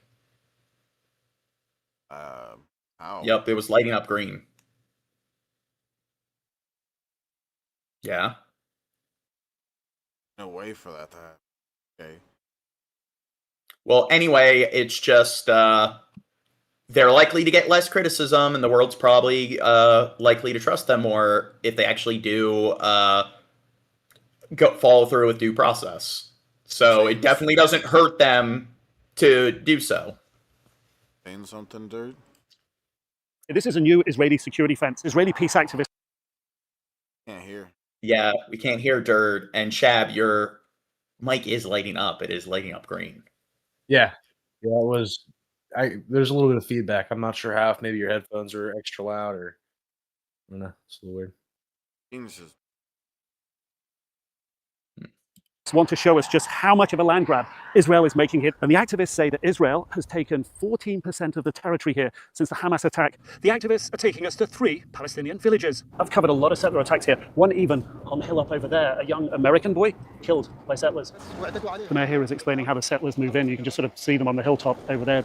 They're more organized in terms of the participation of the army. So we see more and more outposts. As you see now, the army is over there because they're actually working together under the same goal of taking more and more land. The UN says settler violence is the worst it's ever been. An average 8 attacks a day. I just got this video from activists. It's another settler attack. And it's in Sinjar, that village we were at, an hour ago. They're just going into the next phase. And the goal is to push the Palestinians towards the big cities. Yeah, the violence has got so bad here recently, it's caused Israeli politicians' opposition to call the settlers Jewish terrorists. That hasn't happened before. I haven't heard it before. The army chief has called them anarchists, and they push back against that. The settlers have said, we don't care. Our last stop, a valley town, not a hilltop. Story, though, the same. What the mayor here is saying is that the villagers can't get to the olive groves anymore. When you come here and look at it like this, you really understand how... You know, the Israeli government is actually paying people to move to these settlements.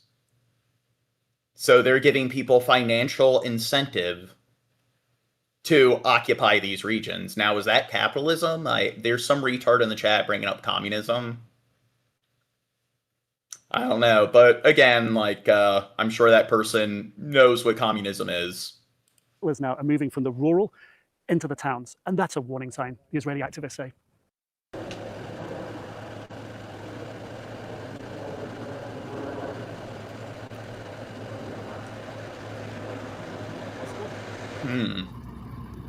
Now, what would happen if a group of Palestinians from the West Bank went into one of the illegal Israeli settlements in the West Bank and destroyed a synagogue?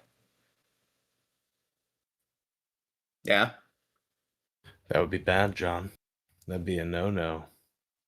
Now, the people who will call out or who will defend Israel here, do you think they'll be defending the Palestinian settlers if they did the exact same thing in reverse? No, because Palestine started it, John.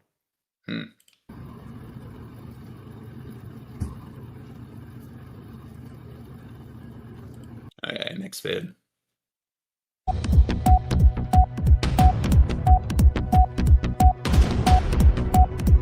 What the fuck is this? That was a very informative video. That was It was just showing the destruction in the mosque. في عندنا شاحنه كانت جايه مروحه من خط التوزيع، مجرد ما فتح الباب هي عماله بدها تدخل، ما لحقش يعني لسه تصل في نص الطريق كانوا داخلين وراها مباشره، يعني استغلوا الباب وقف دخلوا كلهم، فدخلوا تقريبا يعني يتعدوا ال 50 60 واحد. طبعا هدول اللي كانوا موجودين جوا مقر الشركه غير المجموعه الكبيره اللي كانت برا على جهه الشارع وفي منطقه الاراضي.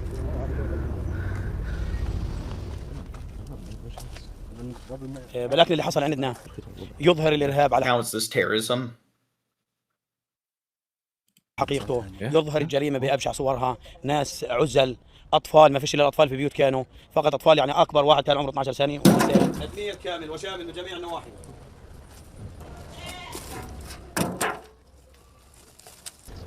بصيرش انا كشخص من حقي اني اعيش بامن، بديش اقول بحريه كبيره بامن، ابقى مامن اولادي لما اني انام اقول. Now, what percentage of people who are on the right that like to make the argument that they voted, like everyone in Gaza is partially responsible, even the children, for voting Hamas into power? What percentage of them do you think are going to think that the Israeli citizens lighting property on fire, engaging in this kind of violence, are terrorists. Like, what percentage of them are actually involved in those factions, and what percentage are part of like raider groups or people who are doing things like that because they feel it's, they've been pushed to that necessity to survive in their eyes. Well, I guess the thing is, if you're Christian or Jewish, then I guess the laws of the universe make it impossible to be a terrorist. So if you engage in some act of violence, then that's just violence. If some radical Christian shoots up like a building, then that's just a shooting. If a radical Muslim shoots up a building, that's a terrorist attack. فيش شيء بس انا في اي لحظه بيجي شوي بيجي الحكي ما بصيرش هذا الحكي بصيرش احنا ضل عايشين طول حياتنا فتره رعب وخطر اسال والله ما بعرف موس انه كان شيء بيشبه هجوم منظم ومرتب له ميدانيا، بحيث انه احنا كنا موجودين على مساحه تقريبا 5 إلى 6 دونمات فيها اراضي زيتون. المستوطنين طوقوا هاي المنطقه بالكامل بدون ما نشعر عليهم اطلاقا. خلال ثواني معدوده سمعنا صوت واحد بيصرخ بيقول هجموا المستوطنين. انا التفت لقيت على يميني في مجموعه مستوطنين ملثمين طوال القامه، وكانوا مسلحين بادوات حاده وعصي وهروات. على يساري كنت بحاول يعني اروح باتجاه اليسار، لقيت المستوطنين قاعدين بيهاجموا احد المسعفين وكان وجهه عليه دم.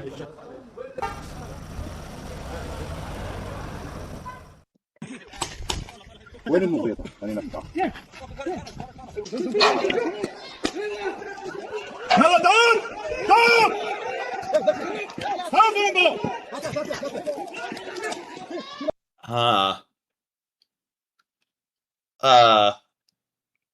Do you think those are Israeli citizens wearing those masks? Now, here it says Israeli settlers assault residents in, don't know how to pronounce that, north of, Hebron amid a rising settler incursion. So, do you think it's fake news? It doesn't fit the narrative that Israel's completely innocent in every way. So let's just people. Yeah.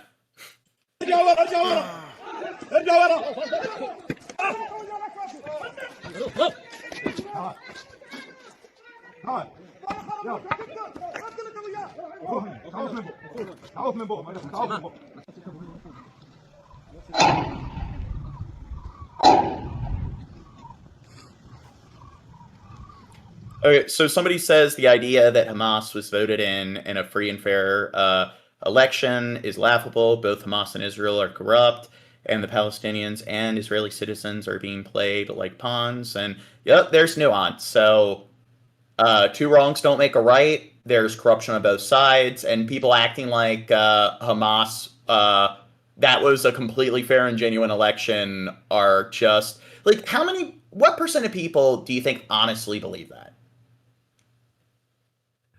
There's probably a good chunk of ignorant people, yeah. But I think a lot of them, it's just, they aren't going to say that Assad or Putin or Erdogan, that they were legitimately elected officials that like did not go about authoritarian and illegal means to grab power. So that attitude of like acting like Hamas just abided by just complete and totally pure diplomacy to become the head of that territory. Well, Israel says so, John. Well, it is just, I think it is profoundly dishonest, and I don't know, maybe I'm giving them too much credit to think that they're just not that stupid, and they're just dishonest human beings.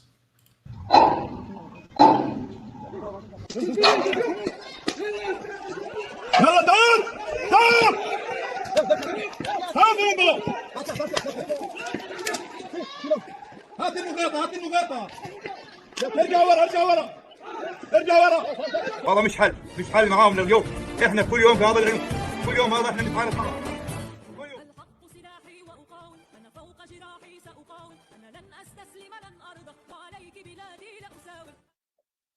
They're being attacked! Since October 2023, the UN has recorded more than 3,000 Israeli settler attacks against Palestinians in the occupied West Bank. Arson, assault, and intimidation.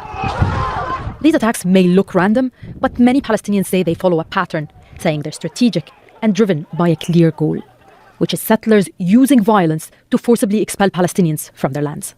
This is the occupied West Bank. These are the Bedouin communities that were forced to leave their lands in the past 2 years because of settler attacks. Some displaced from their lands entirely, others partially. Many more face forcible expulsion. Their locations are often on the edges of towns and villages. Removing Palestinians from these areas means forcing them into already overcrowded population centers and keeping these cities disconnected from one another. Palestinians are almost never allowed to build in the place known as Area C, which is 60% of the occupied West Bank. The presence of these Bedouin communities protects undeveloped land from illegal Israeli settlement expansion. Palestinian experts tracking settler violence say attacks are more intense in the areas where Palestinians are being forcibly expelled. Now, do you think that's okay that they're forcibly expelling them from the borders that are drawn up by the UN, where Israel is consuming more and more of the land in the West Bank, which is not occupied by Hamas, where you look at, I would say that if you're going to consider the West Bank to be separate from Gaza, then the West Bank, Israel, and Gaza, the West Bank is the most innocent and has been like the most passive and least hostile of all the regions. So I know they like to nitpick, like in any conflict like this has been going on for decades and decades. It's like, hey, here's a group of 5 people from the West Bank that did this thing in like 83, which it's like, okay, you're a fucking moron acting like you can't find like examples like that that have happened like all throughout Israel's history or any like fucking like country's history between 2 factions. It's like, hey, India and Pakistan butt heads. Well, hey, if you can find examples of some people doing something bad on one side, that magically just absolves the other side of any accountability. But in the end, you look at the numbers, and the West Bank, out of all 3 of those like entities, has been the most benevolent. So how do you justify what Israel is doing to the West Bank? Why do they keep consuming more and more of the land? So, and that's the problem. It's not even like Gaza, where at least with Gaza, there are like fronts that you can point to when it comes to different military groups or political groups in Gaza. And the West Bank, there's not much of that you can point to at all. So, I mean, what do you think? Do you think what I'm saying is misguided? Yep, you're a propagandist, John. Yeah, I guess so. You're goddamn liberal propagandist. Palestinians through aggression. It goes beyond the Israeli settlement building. The true aim is to expel Palestinians. Now we have internally displaced Bedouins, but the Israeli plan is to transfer Palestinians abroad. 80-year-old Mohammed Kaabni and 27 other families were forced off the lands they had lived on for decades. Mohammed says it became too difficult to protect the children. Now they live on the outskirts of Al-Mghayr village near Ramallah. They fled Israeli settler violence, but only to find it here again. The situation is getting worse. We might be here today but expelled tomorrow. We expect demolition at any moment, and harassment by settlers isn't stopping. A settler threatened our sheep recently. He said this is my land. For these families too, the pattern is clear. Settler attacks stop only when they leave. And that is exactly the aim of the Israeli occupation. Nida Ibrahim, Al Jazeera. Well, joining us now from Ramallah is Isreal-Hamas, who is tonight a tenuous. It's a good point from Dread Pirate Mayhem in the chat. He says it's a war of attrition that Israel never wants to end, because if it did, their military wouldn't be justified. I can agree on the when it comes to the IDF, there's that military-industrial complex. I don't think that's the entirety of the Israeli government and all the corrupt politics, but I think that's definitely a factor when it comes to part of their government. Concern about increasing violence in the West Bank. October saw the highest number of Israeli audio's here is terrible. Crossing to our Israel correspondent and Noga Tarnopolsky for more details. Hi there, Noga. So, what else has the Israeli government then said about this incident? Hi, Aaron. The Israeli government is on weekend and hasn't spoken out today. The government, as per se, hasn't spoken out about any number of issues, including this one. But we do have some just breaking news right now. And it is one that Islamic Jihad, this extremist terror group that is very powerful in Jenin, has...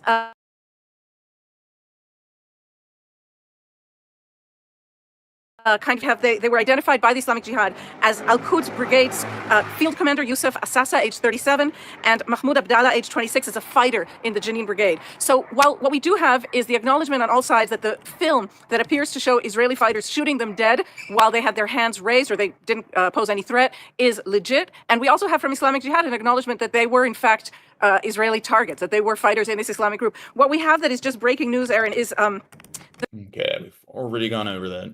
The Jew people should live in Gaza. The Gaza Strip was always part of Israel. Trump's peace plan says Gaza is for the Palestinians, but many Israelis disagree. אנחנו מאמינים שברגע שהיא תיפתח והיא תיפתח להתיישבות, אנחנו נוכל להיכנס. While the region holds its breath, I want to find out what those Israelis who want to settle in Gaza believe will happen next, and what this may mean for the Palestinians living there. אז אנחנו רואים שהם יעופו משם בקרוב ואנחנו נחזור. In the 2 years since Hamas's October the 7th attack on Israel, Gaza has faced relentless bombing, destruction, and death. For now, a tentative peace agreement has largely brought an end to the violence in the Gaza Strip, but its future is unclear. Many Israelis believe that Gaza, the West Bank, and all the land in between belongs to Israel. And at the most extreme end of this ideology are the settlers. Right now, we're going to a temporary settlement here in Israel, and it's called the Pioneers' Call to Gaza. I've come to southern Israel, to a settlement the residents hope is just temporary, as they believe they will finally settle in Gaza just a few miles away. Rayu Ben-Kamoun moved here from the West Bank a few months ago with her family. What are you doing here and what's your plan? אנחנו כאן 7 משפחות כרגע, ועכשיו משטחים כדי שיגיעו עוד 13 משפחות. אנחנו בתפילה שלא נצטרך, הם לא יספיקו להגיע לכאן, הם ייכנסו ישר לעזה, איתנו. אנחנו פה גרעין חלוצי עזה, משפחות שבאות להיות בכוננות לכניסה לחבל עזה ברגע שיתאפשר. אנחנו מאמינים, חבל עזה היא שלנו, היא של עם ישראל, ואנחנו מאמינים שברגע שהיא תיפתח והיא תיפתח להתיישבות, אנחנו נוכל להיכנס. קרוון יהיה על משאית וניסע, וניכנס. In President Trump's peace plan, he said that Gaza was for the Palestinians and it would be run by Palestinians, and in fact there probably won't be any settlement of Gaza. How do you feel when you hear that? טראמפ יכול להגיד מה שהוא רוצה. מי שמנהל את העולם זה בורא עולם, הקדוש ברוך הוא. So, do you agree with her opinions here? No. והוא אמר, ארץ ישראל שייכת לעם ישראל, ולכן טראמפ הוא בדרך. אבל יבוא היום, זה יחזור אלינו, ואנחנו פה כדי שכשיגיע היום הזה נוכל להיכנס. Why have you left the West Bank? Why do you want to live in Gaza? זו שאלה טובה. Now, I like how when you were like I've talked to people where I've mentioned that they were building a road in the middle of Gaza, and they were already building like settlements, or they're in the process of like constructing settlements in North Gaza, and people were like rolling their eyes like, yo, no, like Israel's completely innocent, and now it's happening. And it's just now it seems like all those people forgot the fact that they were acting like it's fake news that Israel is doing that. Now they're defending Israel doing it and acting like it's just, using they attack them first like logic. אני מאוד אוהבת את ארץ ישראל, את כל ארץ ישראל. בעזה, חבל עזה, אני רוצה לגור. זה שלי, לא יודעת, אני מרגישה את זה. מבפנים שאני מאוד מאוד רוצה לגור שם. אני יודעת שזה שלנו כי זה מה שכתוב בתורה, ואני רוצה לגור שם כי כמו שאני אוהבת את בעלי. ככה. The settler movement in Israel runs deep. Along with the right-wing coalition in Netanyahu's government, a network of groups fund and urge Israelis to claim Palestinian land they see as their own. Among them, Nahala, a hardline organization backing young settlers to establish new illegal outposts across the West Bank. Now they've set their sights on Gaza. They've even got a Nahala song and music video. Rayu told me she isn't in the Nahala group, but she is getting some funding from it. What about the Palestinian people living in Gaza? What happens to them? יש לי אחריות רק על המתחם שלי, על מה שאני אישה, שאני אימא, בעבודה שלי, ומה שאני יכולה לעשות, שאני מאמינה שיעשה יותר טוב לעולם. אני לא אחראית עליהם, אין לי מושג, הם הביאו את זה על עצמם, ומה שיקרה, הם יצטרכו לשלם. מה הם ישלמו? אני לא יודעת. You've got 5 children. When you look at them, when you look over at Gaza and the destruction, do you have any sympathy for the families there? What about the children there in Gaza? כואב לי מאוד שהם גדלים, שהם גדלים לשנאה, שהם גדלים להרוג, שמאיימים עליהם ברצח, זה כואב לי מאוד. ואז מגדלים אותם להיות רוצחים, זה כואב לי. After everything that's happened, I mean, do you think there are any innocent people living in Gaza? אני לא חושבת, כי חסיד אומות עולם אחד לא מצאנו, בשואה מצאנו יותר. אפילו אחד לא רצה להציל חטוף, אז אני לא חושבת. בעיה שלהם. Rayud's views may seem extreme, but they're supported at senior levels of the Israeli government. Israel's finance minister, Bezalel Smotrich, has said that there will be Jewish settlements in Gaza. I want to see what other people in the area, outside of the Pioneers Call to Gaza group, think of the new peace process. As we head closer to Gaza, we meet Isreal in a moshav, or religious settlement, not far from the border. He lost his leg in a Hamas rocket attack. Now that President Trump has got his peace plan in place, how are you feeling?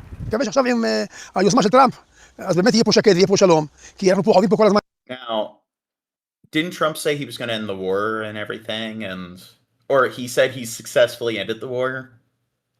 I'm pretty sure it's still going on. So, do you think Trump should retract that original statement?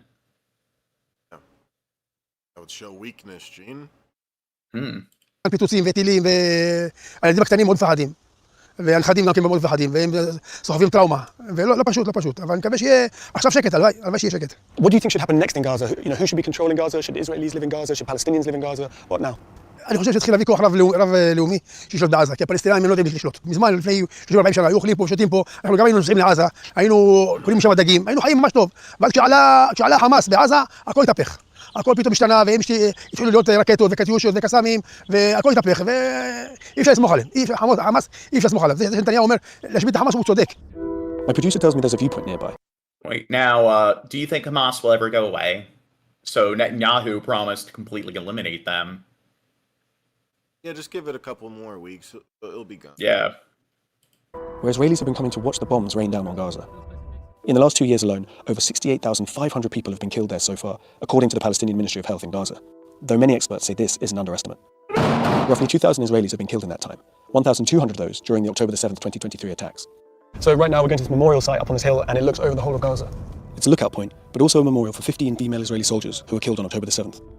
Despite the fragile peace, people have gathered to watch. On October the 7th, I mean, they killed like over 1,000 people. So doesn't that justify the tens of thousands that Israel's killed since then? In general, I think the Jew people should live in Gaza. The Gaza Strip was always part of Israel, and I think the fact that the Arabs live there, it shouldn't be like that, especially when all they want is a war and they kill us. I think only Jews should live there. Where should the Palestinians go?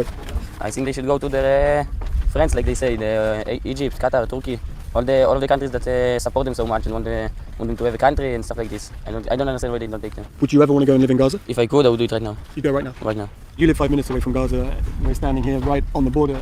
But from what we're seeing on the news, there's nothing left of Gaza. How does that make you feel knowing that Gaza's been demolished? Difficult question. To be honest, I think that needed to be happened. At the end, all of Gaza was netted with a huge network of tunnels and terrorist bases in hospitals. Now, they already are building. Like, what happens when it's at the extent of, like, with the West Bank and the territory has shrunk even more? I mean, what they're doing is illegal based on, like, international law. So do you think Israel's ever going to be held accountable? Well, I mean, like, what's the whole country? Well, it seems like the UN or it seems like other countries, if they actually care about international laws being taken seriously, maybe forces should be sent there to actually make sure that these borders are actually being like abided by and respected. Because if they continue to just not respect, like, what the established borders are, it's like, what's the point of having international laws if they're not enforced? Of course. So the demolition was necessary. What do you think should happen now with Gaza, now that there's been peace and Donald Trump's plan? Who do you think should be living in Gaza? אני חושב שצה"ל עדיין צריך להיות שם עד שיהיה לנו ביטחון מלא. Once there's full security and once the IDF leaves, then who should be living there? העזתים יכולים להישאר שם בתמורה לשקט. כמו פעם שהיינו יכולים לבוא לשם, ללכת לחוף הים, לעשות איתם עסקים. הם גרים בבית שלהם, אנחנו גרים בבית שלנו, אנחנו לא מפריעים להם, הם לא מפריעים לנו. זו דעתי. עדיין קשה לי להאמין שהעזתים והיהודים יכולים לגור שם במקביל. כרגע נראה לי שהעזתים צריכים לגור שם. I see Yael, a young woman writing in her diary as she watches the sun going down over the ruins of Gaza, land that she still believes should be hers. אני מאוד עצובה וחוששת, גם מבחינה ביטחונית, נתת עכשיו לאויב שלנו חבל ארץ, שאני לא חושבת שהם רוצים שלום, לא רוצים להרוג אותנו. וניתן להם אותו עכשיו ונעזוב אותו. Now, what do you think about the logic that the Jewish people were there first 2,000 years ago? I agree. Well, they were promised it 3,000 years ago. But do you think the people that make that argument that they were there first, like thousands of years ago, will respect, I don't know, ceding all the land back from like that belonged to the Native Americans because they were there first? That wasn't even 2,000 years ago that happened. Yeah. So seems like maybe after again, 2,000 no years. consistency. After 2,000 years, we'll give it back. Yes.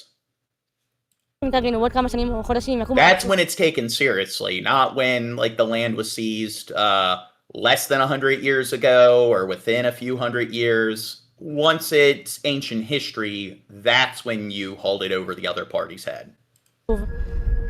זה ממש ממש עצוב לי ומכאיב לי. עצוב גם שעם ישראל בחר לעזוב חבל ארץ, הוא שלנו, עזבנו את האדמה שלנו. What would you like to see happen next in Gaza? עם ישראל צריך להבין שהוא צריך לחזור לאדמה הזאת. בעזרת השם, לכבוש את כל עזה, לגרש את האויבים שלנו, ולשוב להתיישב שם, לשוב לגור שם, להצמיח שם חיים ושמחה, חקלאות, לשוב לאדמה שמתגעגעת שנחזור אליה. Donald Trump's peace plan talks about, Gaza being for the Palestinians. He talks about, how that should be run by Palestinian technocrats. What do you think about that? About what Donald Trump says? עצוב מאוד, כואב מאוד. אני חושבת שזה ממש לא נכון. עד השייכת לעם ישראל, מימי התנ"ך. זהו, זה שלנו, ממש לא של הפלסטינים. ואני ממש מחכה ליום שעם ישראל גם יבין שזה שלו. You know, you're on the wrong side when your side is even more unethical than Trump. זה גם כל העולם יבין. ובאמת לשוב לשם, זה של עם ישראל. Would you ever go and live in Gaza? שוב, שאין שם ערבים. כאילו, זה אנחנו רואים. שהם יעופו משם בקרוב ואנחנו נחזור. ואז אני אהיה הראשונה לבוא לשם. It's us or them. Yale's answer captures how so many Israelis on the border with Gaza seem to feel, especially the younger generation. There's little concern for the Palestinians who have made their homes in that strip of land. And if Israel's right-wing leaders keep fueling these beliefs, more settlers will follow, and so will tension, and likely violence. For now... Well, here, we covered everything in the title, and it is, 3:20 3 hours. Yeah. Well, 3 hours straight. 3 hours of PPP. What more do you need? Mm-hmm. So, wait, somebody in the chat says, this is what the Board of Uneducated has done to our country. What? We're the uneducated ones? You don't think you're projecting? I wonder what their background is in terms of education. Do you think they've read a lot of books regarding the history of the conflict between Israel and Palestine? No, but they own a lot of books. Master's degree at a community college, I'm sure. Oh, yeah. I don't think you can get a master's degree at a community college. Good one. You got the joke, John. Yeah. All right. Hit that subscribe and like button, guys. Subscribe to this dick. Just thought I'd say something intelligent before we leave. Let's see. Well, hold up. We gained almost nearly 10 subscribers this stream. Thank you guys for hopping aboard. If you want to come berate us or watch us be berated and argue with the chat, tune in next week or sometime after. Click the like and subscribe buttons. And yeah, see you next time. Ciao, guys.